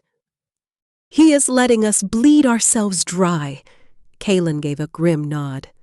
"He is trying to draw our main force out into the open valley, where his numbers will overwhelm us. We cannot let that happen." It was then that a new horror unfolded. From the rear of the human army, a contingent of soldiers emerged, different from the rest. They wore dark, rune-engraved robes instead of armor, and they carried no conventional weapons. Mages. They moved in a synchronized formation, their hands raised to the sky, The air around them shimmered with gathered power, a sickly violet light that felt wrong, a perversion of the natural magic Elara wielded. "What are they doing?" Elara whispered, her healing work faltering as a cold dread gripped her. Before anyone could answer, the mages unleashed their spell. It was not a bolt of lightning or a ball of fire. A wave of palpable, soul-chilling despair washed over the wolf lines. It was a psychic attack, a weapon of pure terror. Wolves who had been fighting with feral courage moments before suddenly faltered, their snarls turning to whimpers of fear. Some dropped their weapons, their eyes wide with a primal, magical dread. The coordinated defense began to fracture as panic spread like a virus. "The soul smotherer may be gone," Kaelen growled, his fists clenching, "but they have other ways to attack our spirit." The wolf lines broke. It was not a full rout, not yet, but a critical section in the center gave way under the combined pressure of the fresh human troops and the debilitating magical fear. Soldiers poured through the gap, threatening to split the wolf army in two and roll up the flanks. The battle was on the verge of being lost in a single catastrophic moment. "Hold the line!" Rorik roared, leaping from the outcrop and shifting mid-air. His massive wolf form landing amidst the fray to personally try and stem the tide. But the magical fear was a toxin in the air, and even his presence was not enough. Elara watched in horror, feeling the tide of battle turn through the pack bonds. The determination was being swamped by panic and despair. She saw Kaelen tense, ready to throw himself into the breach, the ultimate reserve. But if he fell, all was lost. No, the thought was not a whisper, but a clarion call within her own soul. This could not be how it ended. She was not just a healer of bodies. She was the Golden Queen.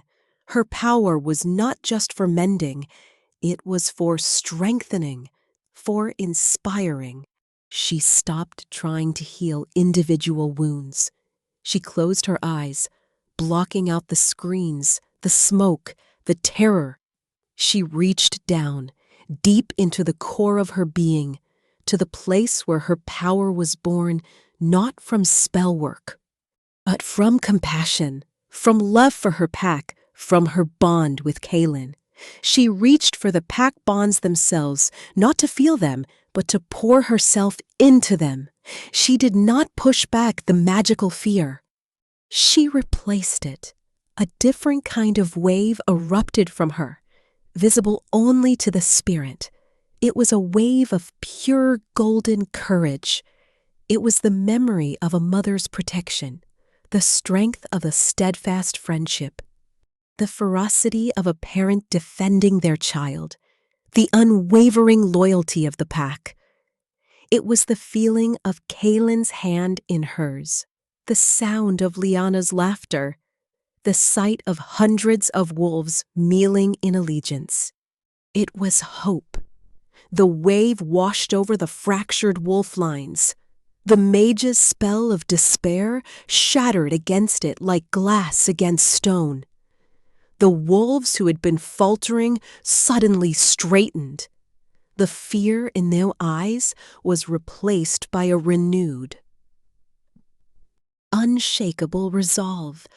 A low growl started, not of terror, but of defiance, building into a unified, earth-shaking roar that drowned out the drums of war. The line stiffened. The breach was sealed by a wall of fangs, claws, and reborn spirit. On the outcrop, Kaelen stared at Elara, his own fear for her eclipsed by a staggering awe. She was glowing, not with the light of healing, but with an inner radiance, her feet slightly off the ground. Her face a mask of serene, absolute power. She had not just healed their bodies, she had healed their will. The mages, recoiling from the backlash of their own shattered spell, stared in confusion and fear. Their greatest weapon had been neutralized.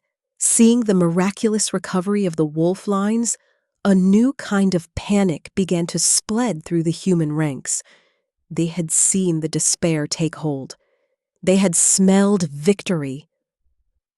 And now it had been snatched away by something they could not understand. Whispers of witch and demon rippled through their formations. Their advance faltered. Kaelen saw the moment of weakness, the shift in momentum. His voice, when he spoke, was a whip crack of command that carried to every wolf on the field.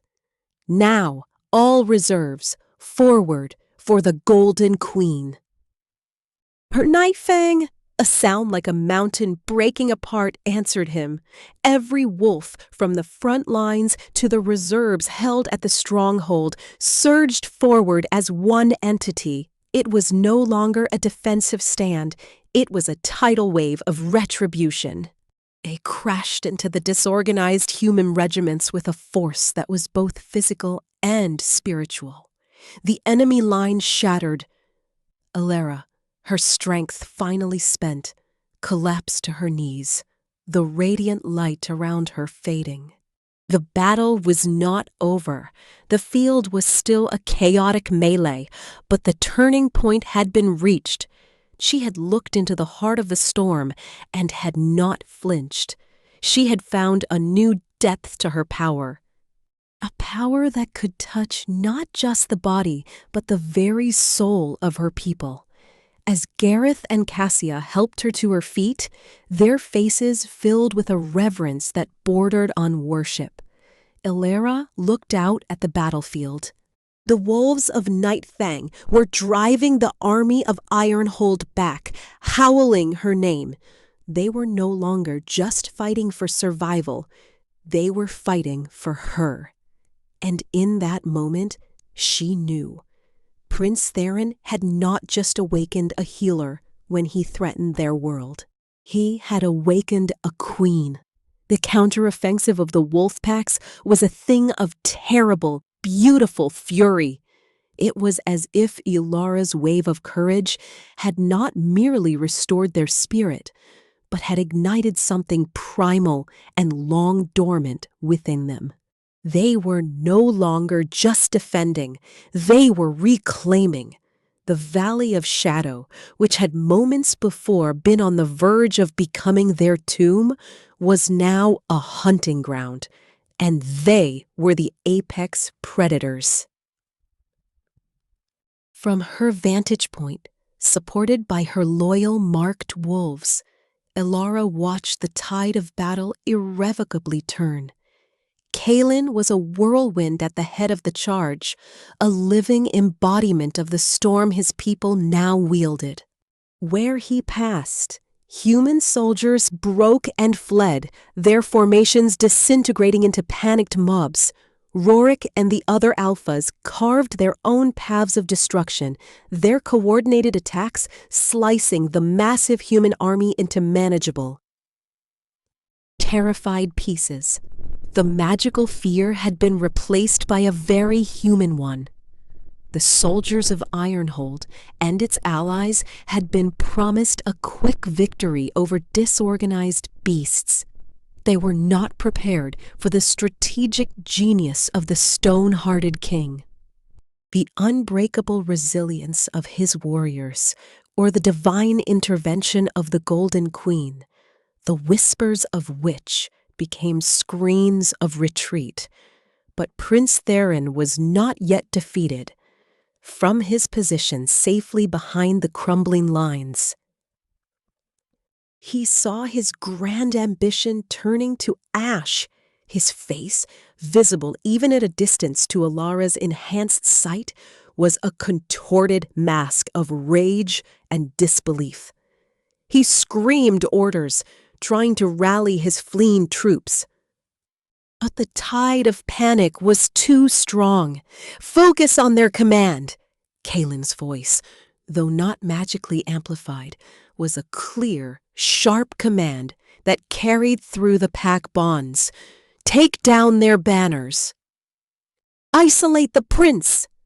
A contingent of the fastest wolves, led by the swift and deadly scouts who had survived the previous skirmishes, broke off from the main force. They moved like gray ghosts through the chaos. Their target clear, the white horse and the royal standard of Ironhold. Elara's heart hammered against her ribs, a frantic drumbeat against the fading adrenaline. This was the final, desperate gamble. If they could capture or kill Theron, the alliance against them would shatter. The human kingdoms would turn on each other, and Night Fang would be safe. She watched, her breath caught in her throat. As the wolf contingent closed in, Theron's personal guard, a circle of heavily armored knights, closed ranks around him, their shields forming an impenetrable wall. The wolves hit that wall with the force of a battering ram. Claws screeched against steel. Fangs found gaps in armor, and the air was filled with the screams of horses and men. It was a brutal, close-quarters melee. For every knight that fell, a wolf was struck down by a well-aimed spear or a crushing blow from a mace. Elara could feel each Ross, a sharp, painful twinge in the fabric of the pack. She wanted to pour her power forward, to heal them from this distance. But she was drained. Her reserves scraped down to the bedrock of her soul. All she could do was watch and hope. Then she saw Kaelen. He had broken through the main enemy line and was now charging directly toward the knot of fighting around Theron. He moved with a single-minded purpose, a force of nature that could not be stopped. Soldiers threw themselves in his path and were simply obliterated. Theron, seeing the stone-hearted king bearing down on him, his personal guard crumbling, finally lost his nerve. The arrogance drained from his face, replaced by pure, undiluted terror. He yanked hard on his horse's reins, turning to flee, abandoning his men, his alliance, his pride. But he was not fast enough. Kaelen leaped. It was a breathtaking, impossible arc that carried him over the heads of the remaining guards. He shifted in midair, his massive wolf form landing directly in front of Theron's fleeing horse.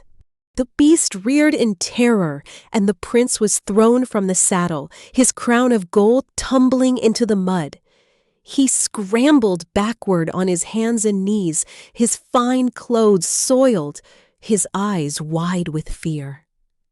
Kaelen advanced, his low growl a promise of death.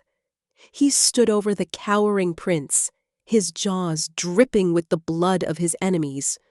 The king of the wilderness, poised to deliver final judgment. "Mercy!" Theron shrieked, his voice cracking. "I surrender! I yield! Spare me!" The sounds of battle around them began to die down as wolves and humans alike watched the scene unfold. The fate of the war hung on Kaelen's next action. Elara held her breath. She knew the rage that burned within him, the desire for vengeance for every wolf who had fallen, for the threat against her. She felt it herself, a hot, coppery taste in her mouth. This man had sought to destroy everything they were. Kaelen's head lowered, his snarl vibrating through the very earth. He looked every bit the monster the stories claimed, but then he stopped. He looked back. His mercury gaze finding Elara's across the blood-soaked field. In that moment, A silent conversation passed between them, flowing effortlessly through their bond. He saw her not as a queen demanding vengeance, but as the healer, the compassionate heart of their people. He saw the future she wanted to build, one not founded on the skulls of enemies, but on the strength of mercy. He looked down at the sobbing prince, a pitiful figure in the mud. Your life is not worth the shadow it would cast on my queen's crown. Kaelen's voice was a low, contemptuous rumble. He shifted back to his human form, standing tall and unassailable over the defeated prince. I will not kill you. Aaron of Ironhold, I will let you live. I will let you return to your father, broken and defeated, and you will tell him and every other king who dared to side with you what happens when you threaten the people of Nightfang. You will be a living testament to our strength, and you will deliver a message. He leaned down, his voice dropping to a deadly whisper that carried in the sudden silence. The next time a human army marches on our lands, there will be no surrender. There will be no prisoners. There will only be ashes. Now, get out of my sight. He turned his back on the prince, the ultimate act of disdain. It was a more powerful blow than any killing strike. Farron had been not just defeated, but utterly humiliated, his pride and his legacy crushed into the mud. The remaining human soldiers, seeing their prince spared, but broken, lost all will to fight. Those who could dropped their weapons and fled back down the valley, a disorganized river of defeat. The battle was over. A profound, weary silence descended, broken only by the moans of the wounded and the crackle of dying fires. The cost had been immense. The valley floor was a charnel house, littered with the bodies of wolves and men. The air was thick with the smell of blood, smoke, and death. Elara, summoning the last dregs of her strength, walked slowly from the infirmary and into the field. She did not look at the fleeing humans. Her focus was on her own.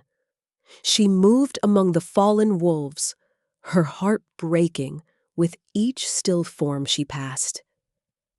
She knelt beside the wounded, her hands resuming their gentle glow, offering comfort and healing where she could. She was no longer a radiant queen channeling immense power, but a weary woman tending to her family. Kaelen found her there, kneeling beside a young warrior who had taken a spear to the chest.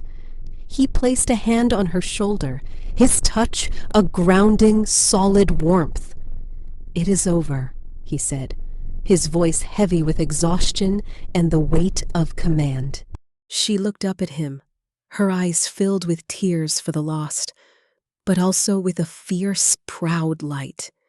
We held, she whispered. We did, he agreed. He looked out over the field, at the wolves who were now tending to their own. At the retreating dust cloud of the human army. Because of you, you did not just heal them, Elara. You gave them a reason to fight beyond survival. You gave them a future to believe in. He helped her to her feet, and together they stood amidst the carnage, the king and queen of a people tested by fire and found unbreakable. The crown she wore was not one of gold, but one woven from sacrifice, courage, and the unwavering love of her pack. It was a crown of ashes and resolve, and it was more beautiful than any jewel. The sun, now beginning its descent, broke through the smoky haze, casting long golden rays across the devastated valley. It was not a victory of celebration, but one of somber remembrance and hard-won peace. The stone-hearted king and the golden queen had faced the end of their world and had forged a new dawn from its embers. And they had done it, as they would face all the days to come together. The silence that settled over the Valley of Shadow in the wake of the retreating human army was a heavy, living thing. It was not a peaceful quiet, but the stunned, breathless hush that follows a cataclysm. The cacophony of war had been replaced by the low, pained whimpers of the wounded, the soft, guttural chants of shamans performing last rites, and the methodic, grin sounds of the living sorting through the dead.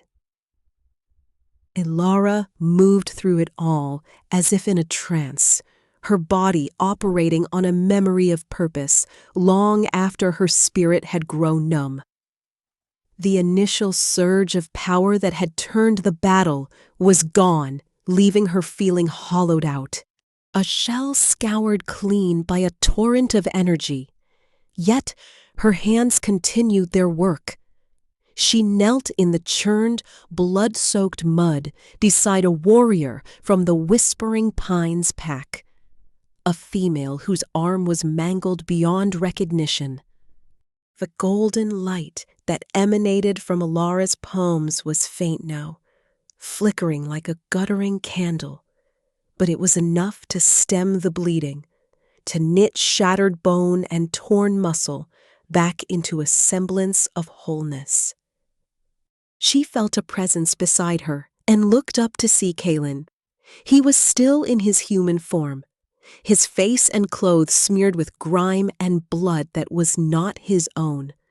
The fierce, battle-lit intensity in his mercury eyes had banked, replaced by a deep, weary sorrow that mirrored her own. He didn't speak. He simply knelt beside her, his larger, capable hands covering hers where they rested on the wounded wolf's arm. He had no healing magic to give, but he offered his strength, his stability, a silent promise that she did not have to carry this burden alone. Together, their combined will seemed to bolster her fading power. The golden light steadied, glowing a little brighter, and the worst of the injury sealed under their touch. The she-wolf, who had been lying still with pain-glazed eyes, let out a shuddering sigh of relief before slipping into a healing sleep. "Anya and the others can take it from here," Kaelen said, his voice a low, gravelly rumble. It was the first time he had spoken since his confrontation with Theron. "You have given enough, Elara, more than enough." She wanted to argue, to point to the dozens, the hundreds, still needing aid.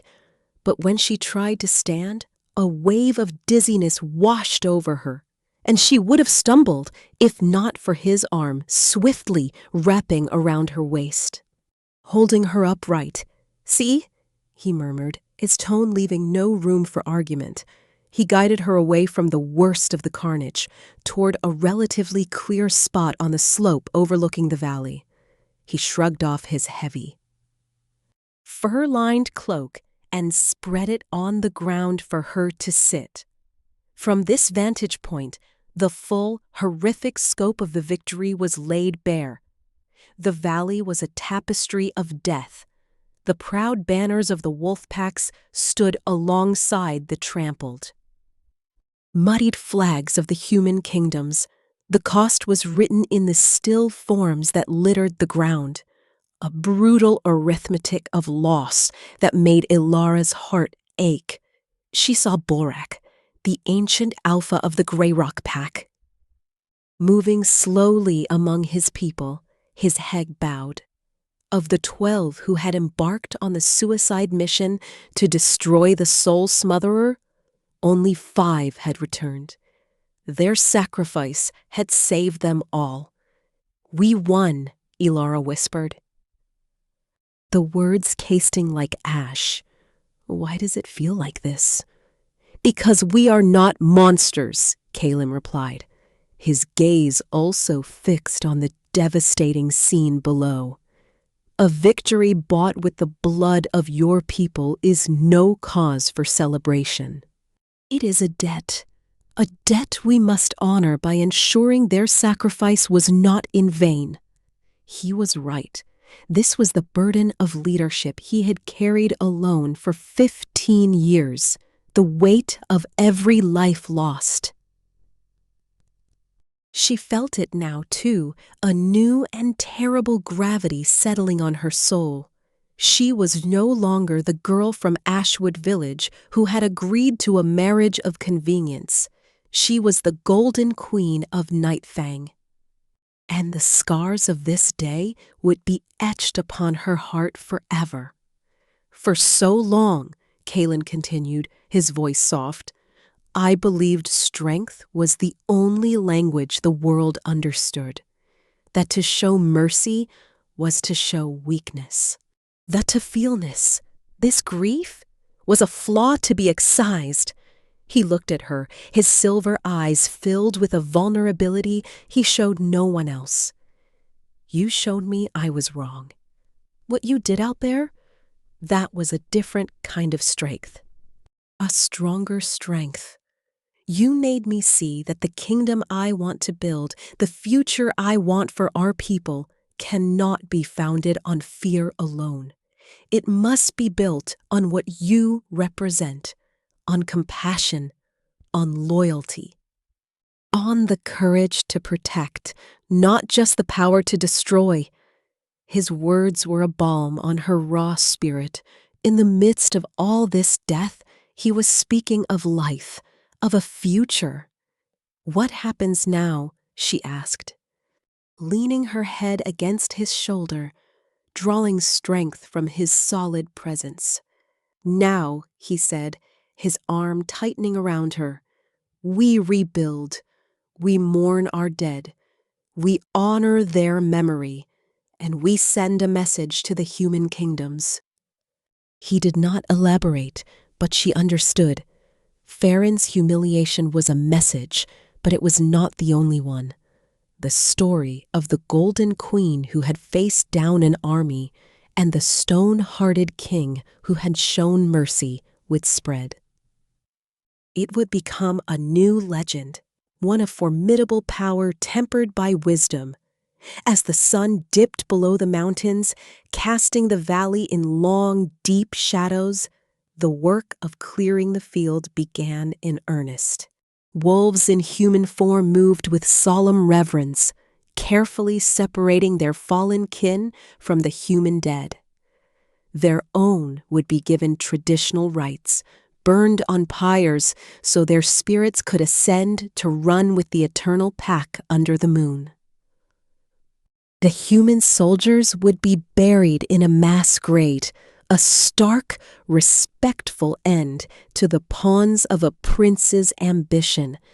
Later that night, a great pyre was built at the valley's head, near the entrance to the stronghold.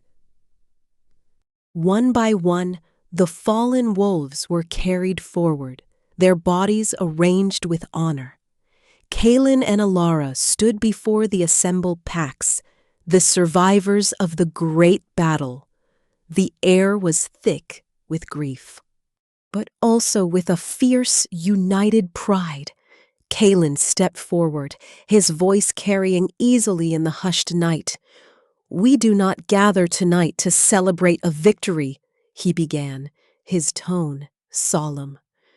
We gather to remember, to honor the brave souls who gave everything for the pack, for their families, for our future. He gestured to the pyre.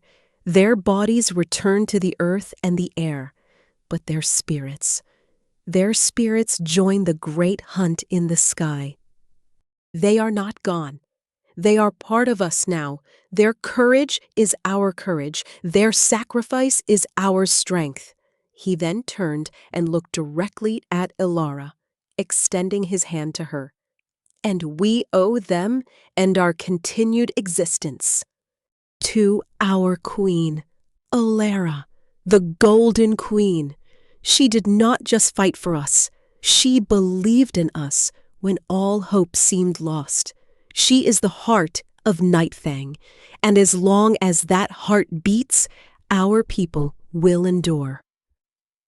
A low, unified howl rose from the thousands of wolves gathered, a haunting, beautiful sound that was both a lament for the dead and a vow to the living. It was a sound of profound sorrow and unbreakable unity. As the pyres were lit, painting the night in flickering orange and gold, Elara stood with her hand in Kaelen's, watching the souls of the departed rise with the smoke. The scars of the day were deep, and they would never fully fade. But as she looked around at the faces of the survivors, at the respect in the eyes of the alphas, at the love shining in Kaelen's gaze, she knew something with absolute certainty. They were not just survivors. They were a family forged in the crucible of war, and they had emerged not broken, but stronger than ever before. The battle for the Valley of Shadow was over, but the work of building their new world had just begun. The weeks that followed the Battle of the Valley of Shadow were a study in contrasts.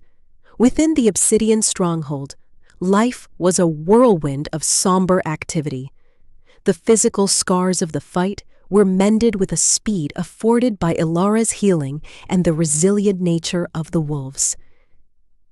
The emotional wounds, however, were another matter. A quiet grief permeated the stone halls, a collective mourning for the lives lost. Yet beneath the sorrow, there was a new unshakable foundation of unity. The packs that had once been isolated and proud now moved as a single entity, their loyalty no longer just to their Alpha King, but to the Queen who had become their living symbol of hope. Elara found her days filled with a different kind of work. The immediate crisis was over, but the work of a queen was never done. She spent her mornings in the healing wards with Anya, not just channeling magic, but learning the art of herbalism and the intricate knowledge of the body that did not require power. She found a strange peace in the methodical grinding of herbs, the brewing of poultices, the gentle application of bandages. It was a quiet, tangible way to heal, a counterpoint to the world-altering surges of power she had wielded on the battlefield. In the afternoons, she sat in on the councils. The atmosphere in the war room had transformed. The maps were no longer solely of tactical positions, but of trade routes and alliances. The discussions were no longer about troop movements, but about diplomacy. The first envoy arrived from a nervous, neutral kingdom called the Jade Dominion, barely a fortnight after the battle. He was a small, meticulously dressed man who could not entirely hide the tremor in his hands as he stood before the thrones of Kaelen and Elara. He brought gifts, bolts of fine silk, casks of rare wine, and effusive praise for the legendary strength and surprising mercy of Nightfang. Kaelen, who had once ruled through terror and isolation, listened in silence, his expression unreadable. It was Elara who spoke. "The strength of Nightfang has always been for defense, Ambassador," she said, her voice calm and clear, carrying an authority that was no longer borrowed from her husband, but earned on the field of battle. And mercy is not a surprise. It is a choice. We desire peace with our neighbors, but understand this. Peace is a two-sided coin. We will not tolerate threats against our people. Any aggression will be met with a response that makes the fate of Prince Theron's army seem merciful. Her words were not a snarl or a threat, but a simple, cold statement of fact. The ambassador paled and bowed deeply. His assurances of eternal friendship tumbling out in a rushed stream. After he was led away, Kaelen looked at her, a faint, genuine smile touching his lips for the first time in weeks. "You are a natural at this. You wield words like a master swordsman wields a blade, with precision and undeniable force. It is not so different from healing," she replied thoughtfully. "You assess the wound, you clean it, and you encourage the body to heal itself. Their fear is the wound. Our demonstrated strength is the cleansing, and the offer of peace is the encouragement to heal." He stared at her, his admiration a warm glow through their bond. "I spent 15 years building a fortress of stone and fear. You are building a kingdom of will and wisdom in a matter of weeks." Not all envoys were so easily managed. Representatives from the kingdoms that had allied with Theron arrived, their demeanors ranging from defensive arrogance to groveling supplication. Kaelen handled these with a cold, brutal efficiency that reminded everyone why he was called the stone-hearted king. He imposed heavy tributes of grain, iron, and gold, not to enrich Nightfang, but to cripple their ability to wage war for a generation. He demanded the dissolution of their military alliances and the installation of wolf-friendly overseers in their courts. It was a peace dictated by the victor, but it was a peace that would last. Through it all, Elara was his balance. Where he was hard, she offered a path to redemption. She suggested trade agreements instead of pure tribute, cultural exchanges instead of pure subjugation. She was the face of the future he now wanted to build. A future where wolves were not just feared, but respected partners. One evening, after a particularly grueling day of negotiations with a belligerent duke from the sun-scorched expanse, Elara sought solace in her mother's secluded gallery. The winter air was sharp and clean, and the stars were a brilliant, icy spray across the velvet sky. She heard his footsteps behind her long before he spoke. "You are carrying the weight of the world on your shoulders," Kaelen said, coming to stand beside her. "It is a heavy world," she replied with a tired smile. He was silent for a moment, looking out at the mountains he had ruled for so long in isolation. "When I brought you here, I thought I was condemning you to a life of darkness. I thought the best I could offer was protection from the worst of it." He turned to her, his expression raw and open. "I never imagined you would become the one to bring the light. You have not just saved my kingdom, Elara, you have saved me from the monster I was becoming." Elara reached out and took his hand, lacing her fingers with his. The connection between them was a quiet, steady hum, a constant comfort. "You were never a monster, Kaelen. You were a lonely man who had been taught that strength was the only currency that mattered. You just needed someone to show you that you had more to offer." He lifted their joined hands, his thumb brushing over the faint silvery scar on her palm from their blood oath. "This bond, I thought it was a chain, a duty. I was a fool. It is the greatest gift I have ever been given." In the quiet of the starlit gallery, with the weight of their new responsibilities pressing down on them, they found a moment of perfect peace. The war was over. The diplomacy was arduous. The healing was ongoing. But they were facing it all together. A king and a queen, a partner and a mate. Their love, the unshakable foundation of the new world they were determined to build. The stone-hearted king was learning the language of compassion. The Golden Queen was mastering the diplomacy of strength, and together they were writing a new chapter in the history of the Northern Territories, one built not on fear and blood, but on resolve and hope. The first snows of winter began to dust the peaks of the obsidian stronghold, wrapping the world in a hushed, pristine silence. The frantic pace of the past months had slowed to the steady rhythm of governance and recovery. Trade caravans, once a rarity, now moved with cautious frequency along the mountain passes, their wagons laden with goods from the tributary human kingdoms. The stronghold itself hummed with a new kind of life. The sounds of construction as new quarters were built for the integrated packs, the laughter of pups playing in the courtyards, a sense of a people not just surviving, but beginning to thrive. Elara stood at the window of the council chamber, watching the gentle fall of snow. A sense of hard-won peace settled in her heart. The diplomatic accords were holding. The scars of the valley were slowly being overgrown by new grass and memory.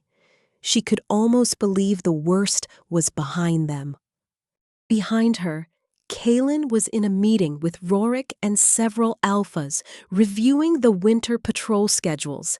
The mood was businesslike, a far cry from the war councils of before. The Silverwood tribute has arrived ahead of schedule, Rorik reported, consulting a scroll. The grain stores are full. We will weather this winter better than any in living memory. Kaelen nodded, his gaze thoughtful. Good. Ensure the surplus is distributed to the outlying packs. No one goes hungry this year. It was a new kind of order, one of provision rather than conquest. It was then that the chamber doors were thrown open with a force that shattered the calm. A guard stumbled in, his face ashen, his breath pluming in the cold air. In his arms he carried a bundle, a young she-wolf, no older than Liana, her body limp and her skin deathly pale. But it was not a wound of battle that afflicted her. Her veins stood out in stark black relief against her pallid skin, and a faint, acrid smell of spoiled magic clung to her. "Your Majesties!" the guard gasped, laying the girl gently on the large oak table. Scattering maps and scrolls. "We found her at the edge of the western wood. She is the third this week." Elara was at the girl's side in an instant, her hands already glowing with a soft, golden light. But as her healing power flowed into the girl, she recoiled with a sharp hiss. It was like trying to pour clean water into a vessel filled with tar. A vile, corrosive energy fought back against her light, actively repelling her magic. "What is this?" she whispered, her heart clenching with a new, cold fear. Kaelen was beside her, his expression darkening. He leaned close, his sensitive nose wrinkling at the scent. "This is not a sickness. This is a poison, but not one made by any alchemist I know." Anya was summoned. The old healer examined the girl, her wrinkled face grim. She touched the blackened veins, murmured an incantation, and shook her head. "It is the Blight," she said, her voice heavy with dread. "I have not seen its like since I was a child. It is a corruption of the land itself, a magical decay that feeds on life force. It was thought to have been purged generations ago." "How is it back?" Rorik demanded, his hand resting on his sword hilt, as if he could fight this invisible enemy. Anya's milky eyes were troubled. The Blight is drawn to places of great death and unbalanced magic. The Valley of Shadow, the blood of thousands, the unleashed power of the Queen and the human mages. It may have been a catalyst. It has festered in the earth, and now it is rising. Elara felt a chill that had nothing to do with the winter air. They had won the war against men, but a new, more insidious enemy had been born from its aftermath. This was a battle her light could not easily fight. Over the next few days, the crisis deepened. More cases were reported. Not just from the outskirts, but from within the stronghold itself. A well in the lower courtyards was found to be contaminated, its water running faintly black. A patch of the ancient forest that bordered their lands began to wither and die. The trees turning brittle and gray, their leaves falling like ashes. Panic, a more subtle and dangerous foe than any army, began to creep through the stronghold.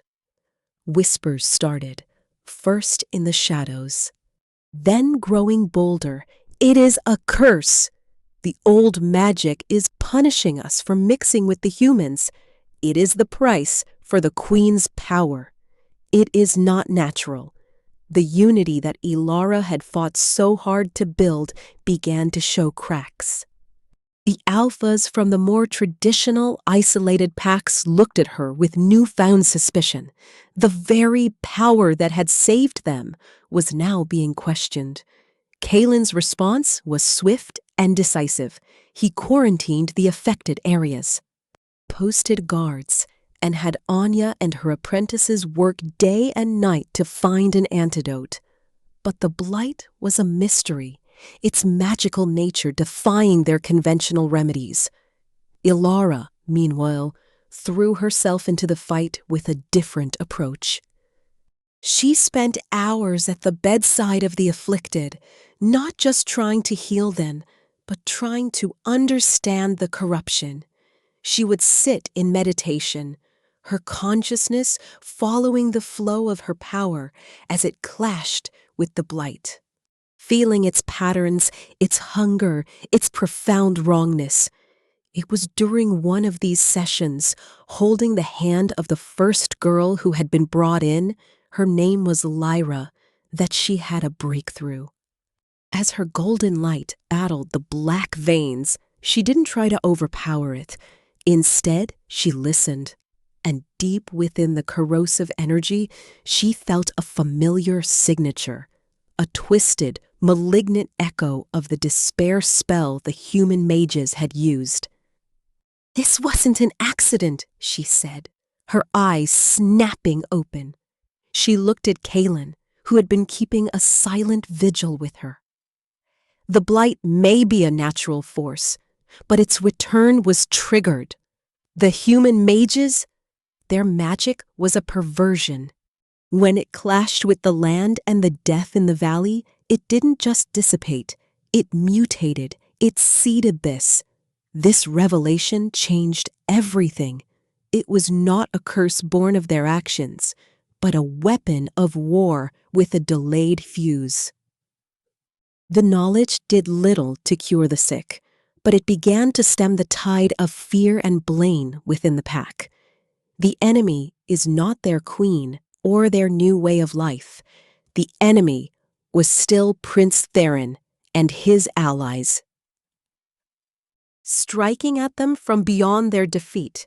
But understanding the source did not provide a cure. Lyra's condition worsened. The black veins spread and her breathing grew shallow. Anya's herbs slowed the progression but could not stop it. Elara's power could only create a holding pattern, a constant draining battle at the cellular level. Sitting in the dim light of the infirmary, watching the slow, painful fade of a young life, she felt responsible for. Elara felt a despair deeper than any she had known on the battlefield. This was a slow, insidious defeat. She could face armies and mages, but how did she fight a sickness in the soil, a poison in the water? Kaelen knelt beside her chair, his presence a solid comfort in the swirling uncertainty. "We will find a way," he vowed, his voice low and fierce. "We have faced annihilation and prevailed. We will face this, too." Elara looked from his determined face to Lyra's pallid one. She knew he was right. But for the first time, she had no clear path forward. The Golden Queen's light could blaze against darkness. But could it purify a corruption that had already taken root in the very heart of their home? The next battle for Night Fang had begun, and the enemy was one they could not see. The pristine silence of the newly fallen snow was a lie. Beneath its beautiful, unblemished surface, a sickness was spreading through the kingdom of Night Fang, a poison that was as much spiritual as it was physical. The Blight did not announce itself with the roar of armies or the clamor of steel, but with the ragged, shallow breath of the afflicted and the slow, creeping gray that leached the color from the world. The obsidian stronghold, which had so recently become a symbol of unbreakable unity and renewed hope, was now a place of quarantined corridors, hushed whispers, and the ever-present, acrid tang of decay. Elara existed in a state of perpetual, draining exertion. Her days were spent in the newly expanded infirmary, a cavernous hall that now held dozens of cots, each occupied by a wolf in varying stages of the Blight's terrible progression. The initial blackening of the veins was just the beginning. As the corruption took hold, it leached the vitality from its victims, leaving them listless, their fur growing brittle and dull, their brilliant eyes clouding over with a milky film. It was a slow, undignified wasting away, a far crueler fate than a clean death on the battlefield. Her power, which had once been a roaring sun on the field of war, was now a carefully husbanded candle flame. She moved from cot to cot, her hands glowing with a soft, persistent light. She could not cure the Blight. Her magic, when it met the corruption, sparked and sizzled. Painful battle fought on a microscopic scale within the bodies of her people. All she could do was reinforce their natural life force, bolster their will to fight, and slow the insidious advance of the black veins. It was a holding action, a desperate, day-long siege against an enemy that had already breached the walls. "The willow bark infusion is having no effect," Anya reported, her voice heavy with a fatigue that mirrored Elara's own. The old healer held up a vial of a dark, murky liquid, a poultice made from herb that had once been a sovereign remedy for magical toxins. The Blight consumes it, seems to feed on it. It's as if it's alive, intelligent in its malice. Elara nodded, wiping a sheen of sweat from her brow after a particularly grueling session with a naughty elder from the Shadowed Veil pack. "It remembers. I can feel it when I push against it. It remembers the magic of the human mages. It's a perversion, a scar on the world itself, and it's learning how to resist us." The political fallout was as swift as it was devastating. A fragile trust Elara had built, the newfound respect from the more traditional alphas, began to crumble like rotten wood. The council chambers, once a place of strategic planning and hopeful diplomacy, became an arena of fear and accusation. Borak, the ancient alpha of the Grey Rock Pack, stood before Kaelen and Elara, his scarred muzzle lifted in defiance, but his milky eyes were troubled. My people are mountain folk. We have lived by the old ways for centuries. We do not traffic with human magic.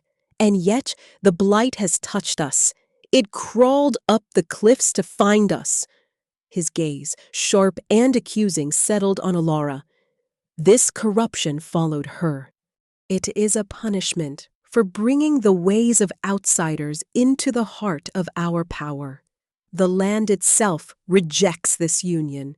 A murmur of agreement rippled through the other traditionalist alphas, the alpha of the Whispering Pines. A massive, silent wolf named Fenris simply nodded, his silence more damning than any shout. Kaelen's voice was like the crack of ice when he spoke, the temperature in the room plummeting. You stand in the hall your queen saved with her very soul. And you dare to blame her for this? His silver eyes blazed with a cold fire. The Blight was seated by the human mages Theron unleashed upon us. It is a weapon, not a judgment. To turn on each other is to grant our true enemy the victory he could not win on the battlefield. But can you prove it, my king? Challenged a younger, more hot-headed alpha from the sun-scarred riders. All we see is that this sickness began after the great battle. After a human queen wielded power no human should possess. The connection is plain to see. Elara felt the words like physical blows. She had given everything for these people, had poured out her soul to protect them, and now they looked at her as if she were a plague bringer. The hurt was a sharp, cold knife in her chest, far more painful than any physical exhaustion. It is not her, a new voice spoke, firm and clear. Cassia, one of Elara's marked wolves, stepped forward. Her own mark, a faint golden sigil on her shoulder, seemed to pulse with soft light. I have been a conduit for the Queen's power. I have felt its essence. It is pure. It is life. What flows in the veins of the sick is the opposite. It is death and hatred given form. To confuse the two is the height of folly. But fear was a more potent poison than the Blight itself, and logic was its first victim. The unity of the packs was fracturing before their eyes. The crisis reached a new peak 3 days later when Lyra, the first girl who had been brought in, took a sudden, violent turn for the worse. The black veins spiderwebbed across her entire body, and she began to convulse. A black, tar-like substance seeping from her eyes and mouth. The healers were powerless. Anya could only shake her head, her face a mask of grim helplessness. Elara pushed them all aside, falling to her knees beside the cot. She placed her hands on Lyra's chest, pouring every last ounce of her strength into the girl. The golden light flared, brilliant and desperate, but the Blight fought back with a vicious intelligence. It felt like trying to hold back the tide with her bare hands. She could feel Lyra's life force, a tiny, guttering flame, being smothered by an immense, suffocating darkness. "No!" Elara cried out, her voice breaking. "I won't let you take her!" She pushed deeper, beyond the limits of her power, into the very core of the bond she shared with her people, with the land itself. She was no longer just trying to heal Lyra. She was trying to understand the Blight, to communicate with it, to find its weakness. Her consciousness was flung into a maelstrom of pure negativity. The echoes of the soldier's fear, the mage's twisted ambition, the agony of the dying in the valley. It was a psychic wound on the world, and she was drowning in it. Just as she felt her own mind beginning to fray at the edges, a massive, solid presence anchored her. Kaelen. He was there, his hands on her shoulders. His own immense will flowing into her through their bond. He was not a healer, but he was a bastion, an unbreakable rock in the storm of corruption. He gave her not power, but stability. He gave her a tether to reality. With that anchor, Elara did the only thing she could. She stopped fighting the Blight head-on. Instead, she did what she had always done best. She offered it compassion. It was an insane, desperate gamble. But as she felt the Blight's hatred, she also felt its pain. It was a creature of chaos, born from violence and suffering. It knew nothing else. So into that maelstrom of hatred, Elara poured a memory. She poured the feeling of the sun on her face as a child in Ashwood. She poured the sound of her sister's laughter. She poured the warmth of Kaelen's hand in hers. She poured the united howl of the packs after their victory. She poured pure, undiluted love into the heart of the corruption. For a terrifying moment, nothing happened. The Blight recoiled, confused by this strange, non-resistant energy. It was a predator that expected a fight and was disarmed by an embrace. And then, a miracle. Where her power of pure light had been repelled, this power of shared memory and profound empathy began to neutralize. It didn't destroy the Blight. It calmed it. The violent, aggressive corruption seemed to lose its purpose, its malevolent intelligence dissolving. The black veins on Lyra's body didn't vanish, but they stopped spreading. The tar-like seepage ceased. The girl's convulsions stilled, and her breathing, while still weak, evened out. The tiny flame of her life force, which had been on the verge of extinction, steadied and burned a little brighter. A stunned silence filled the infirmary. Anya stared, her mouth agape. The other healers and marked wolves looked on in awe. Elara slumped backward, caught by Kaelen. She was beyond exhausted. She felt hollowed out, her emotional reserves completely spent. But she had done it. She had found a way. It doesn't like the light, she whispered, her voice hoarse. It feeds on conflict, but empathy, shared memory, love, it has no defense against that. It doesn't know how to process it. It was not a cure. Not yet. Lyra was still deeply ill, and the Blight was still present in her body, but it was no longer advancing. It had been pacified. The news spread through the stronghold like wildfire. The Queen had not driven back the Blight with overwhelming force, but had soothed it with an even more powerful magic. The whispers of curse and punishment began to quiet, replaced by a sense of bewildered wonder. Kaelen helped Elara to her feet, his arm a solid support around her waist. He looked down at her, his silver eyes filled with awe so profound it was humbling. "You never cease to amaze me," he murmured, his voice thick with emotion. He turned to the assembled alphas and pack members who had gathered at the commotion. His voice, when he spoke, rang with a new, unshakable authority. "You see?" he declared, his gaze sweeping over them, silencing any remaining doubt. "This is the strength of your queen. It is not a strength that destroys, but one that heals. It is not a strength that divides, but one that unites. She did not fight the darkness with more darkness. She fought it with light, and she has shown us the path forward. He looked at Borak and the other traditionalists. The old ways have their wisdom, but they also have their limits. The world is changing. Our enemy has changed, and so must we.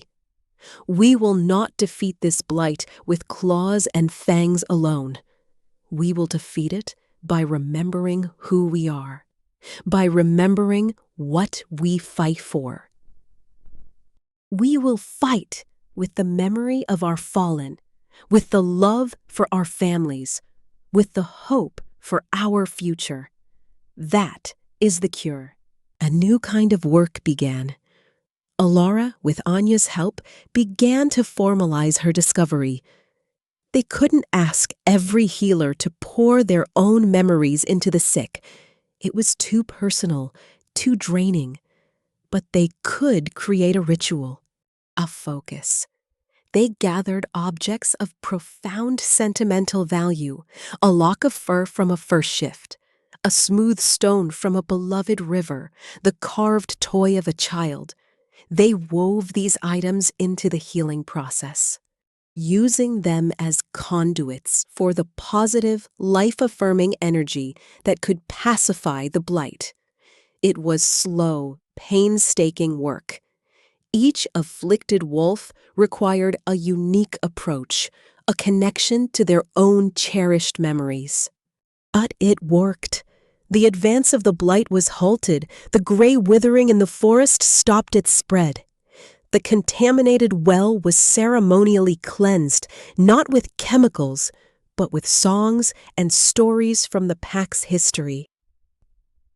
The water slowly clearing over days. The crisis was not over. The blight was still a part of their world, a dormant threat in the soil. But it was no longer a death sentence. They had found a way to live with it, to keep it at bay. One evening, as Elara and Kaelen walked through the stronghold's inner courtyard, they saw a group of pups from different packs playing together. They were building a small, lopsided snow wolf, their laughter echoing brightly in the cold air. One of them, a tiny thing from the Grey Rock pack, stumbled and fell. Instead of snarling or crying, another pup from the shadowed vale helped him up and brushed the snow from his fur. Elara felt Kaelen's hand tighten around hers. They had faced an enemy that could not be outfought, only outloved, and in doing so, they had not just saved their people from a sickness. They had forged a bond deeper and more resilient than any they had known before. The blight had sought to corrupt them, but in the end, it had only revealed the true, incorruptible heart of the pack. The foundation of their kingdom was no longer just stone and resolve. It was now irrevocably built on love. The deep winter settled over the northern territories with an authority that brooked no argument. It was a season of enforced quiet, a blanket of snow that muffled the world and forced a pause upon all living things. For the kingdom of Night Fang, this hibernation was not just a natural cycle, but a necessary balm. The frantic energy of war and the creeping terror of the blight gave way to a profound, collective exhalation. A stronghold nestled in the heart of the frozen mountains became a sanctuary, its thick walls holding back not just the cold, but the lingering ghosts of a traumatic year. Inside, life adapted to the rhythm of the season. A great hall, once a mustering point for warriors, now hosted weaving circles where elders from different packs taught their unique patterns to the young. The clack of looms, a gentle, industrious sound. A scent of baking bread and simmering stews from the communal kitchens warred with the ever-present aroma of pine and hearth smoke. The howls that echoed through the stone corridors were no longer just alerts or battle cries, but the simple, joyful sounds of pups at play, their games a chaotic, heartening symbol of a future being secured. Elara's role evolved with the season. The emergency of the infirmary had passed. The blight, while not eradicated, had been forced into a dormant state, a managed condition rather than an active plague. Her work became less about frantic healing and more about consolidation. She spent her days with Anya, codifying the empathic healing techniques into a teachable discipline. They called it heart soothing, a practice that combined traditional herbal knowledge with the focused channeling of positive memory and intention. It was a soft magic, one that required as much emotional wisdom as it did cower, and Elara found a deep satisfaction in watching the first apprentices, chosen for their compassion as much as their latent ability, begin to grasp its principles. Her afternoons were often spent in the council chamber, but the discussions had transformed.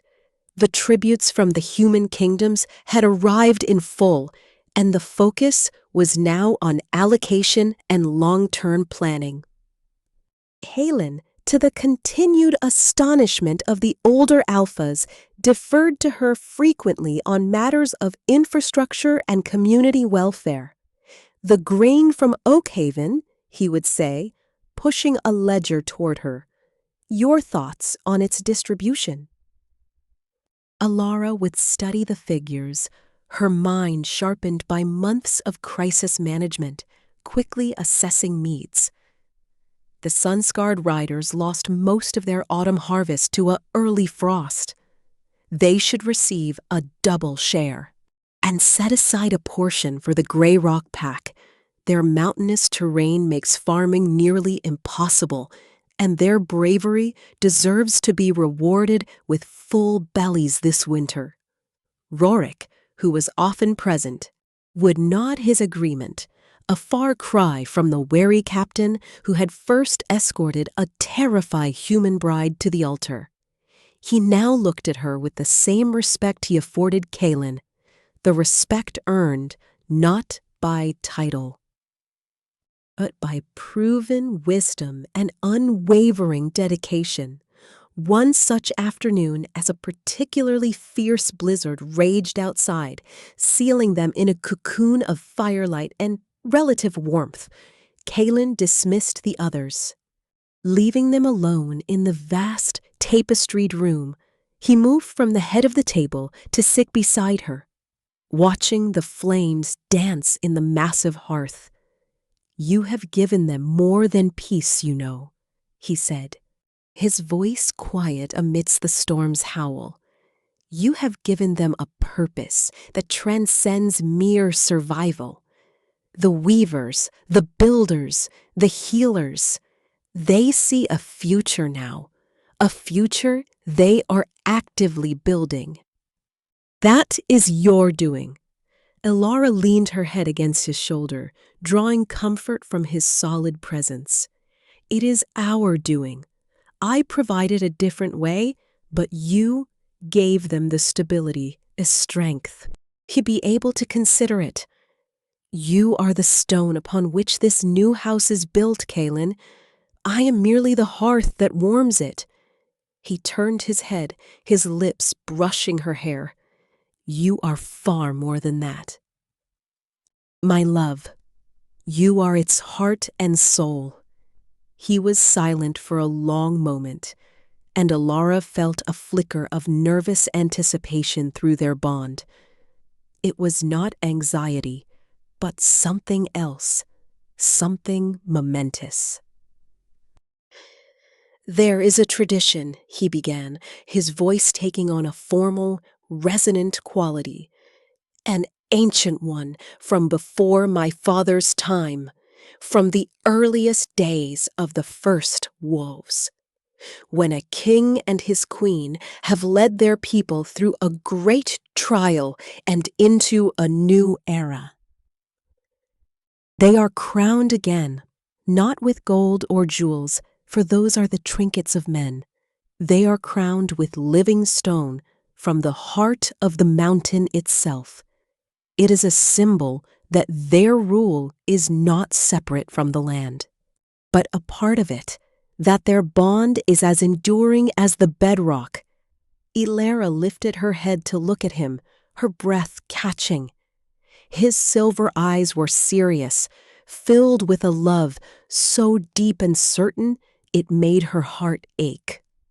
"The Council of Alphas has petitioned me," he continued. "They have asked unanimously that we undergo the rite of the living crown. It has not been performed in over a century." He took her hands in his. "I cannot think of any two people in all our long, bloody history who have earned it more than we have. Will you stand with me, Elara? Not just as my queen by treaty or by bond, but as my equal, my partner, recognized by the ancient laws and the will of every pack under our care." Tears, warm and unresisted, filled her eyes. This was more than a ceremony.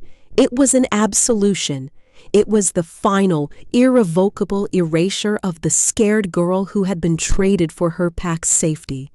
It was the affirmation of the woman, the queen, the healer she had become. "Yes," she whispered, her voice thick with emotion. "Yes, Kaelen, I will." The ceremony was arranged for the winter solstice, the longest night of the year. It was a deliberate choice, a symbol of their journey from the longest night of war into the returning light of peace. The great hall was prepared not for war, but for a solemn celebration. Every pack was represented, their members crowding the space, their faces illuminated by the light of 1,000 candles. The air was thick with the scent of sacred herbs and the low, harmonious hum of a chant older than the stronghold itself. Elara wore a simple gown of undyed wool, a traditional symbol of purity of purpose. Kaelen stood beside her, similarly clad in simple, dark garments. Before them, on a pedestal of unhewn rock, rested 2 circlets. They were not polished or carved. They were rough, gray stone, still damp from the deepest springs of the mountain, shot through with veins of silver that caught the candlelight like captured starlight. The living crowns, the oldest shaman of the packs. A woman so ancient, her body was little more than a wisp of white hair and wrinkled skin, presided. Her voice was a dry rustle, yet it carried to every corner of the hall. "We gather in the deep dark," she intoned, "to witness the binding of the pillars of our world. The stone, steadfast and unyielding. The heart, compassionate and enduring. They have been tested in fire and shadow. They have faced the greed of men and the corruption of the earth. They have not broken. They have grown stronger, each lending their strength to the other." She lifted the larger of the 2 circlets.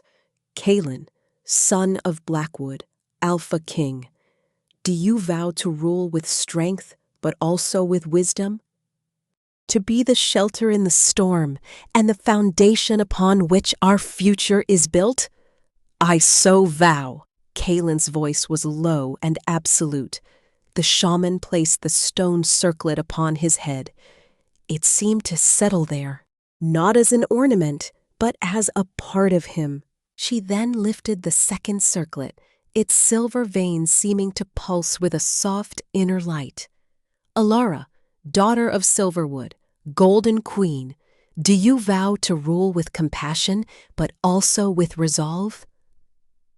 To be the warmth in the hearth and the light that guides our path. I so vow, Elara said, her voice clear and steady, carrying through the silent hall. As the rough, cool stone settled onto her brow, something extraordinary happened. A warmth spread from the crown, not the heat of fire, but the deep, resonant warmth of the earth itself. She felt a new connection snap into place, not just to Kaelen, but to the mountain, to the forests, to the very land of Nightfang.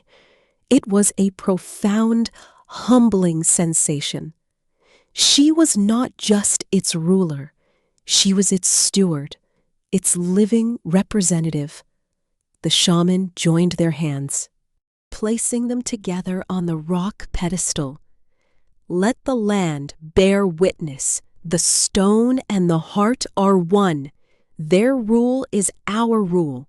Their strength is our strength. Their love is our legacy. A sound began then, low at first, then rising into a deafening, joyous crescendo. It was not a howl of challenge, but a unified song of allegiance, a wave of acceptance and love that washed over them. Every wolf, from the oldest alpha to the smallest pup, was offering them their voice, their spirit. Later, standing on the balcony as the solstice moon, huge and silver, rose over the snow-blanketed peaks, Elara felt the truth of it settle in her soul. The crown on her head was not heavy. It felt like a part of her. Kaelen stood beside her, his hand in hers, their bond a quiet, perfect hum of contentment. He looked at her, his face illuminated by the moonlight, the living stone on his brow making him look like an ancient king from the oldest legends. It is a new world. Elara, she smiled, leaning into him, looking out at their kingdom, silent and beautiful under the winter moon. It was a world they had fought for, bled for, and loved into existence. There would be other challenges, other threats. The Blight was only sleeping, and the human kingdoms were ever changeable. But as she stood there, crowned not with gold, but with the living heart of her home, bound to a king who had learned to love and a people who had learned to hope, she knew with unshakable certainty that they would face it all, together,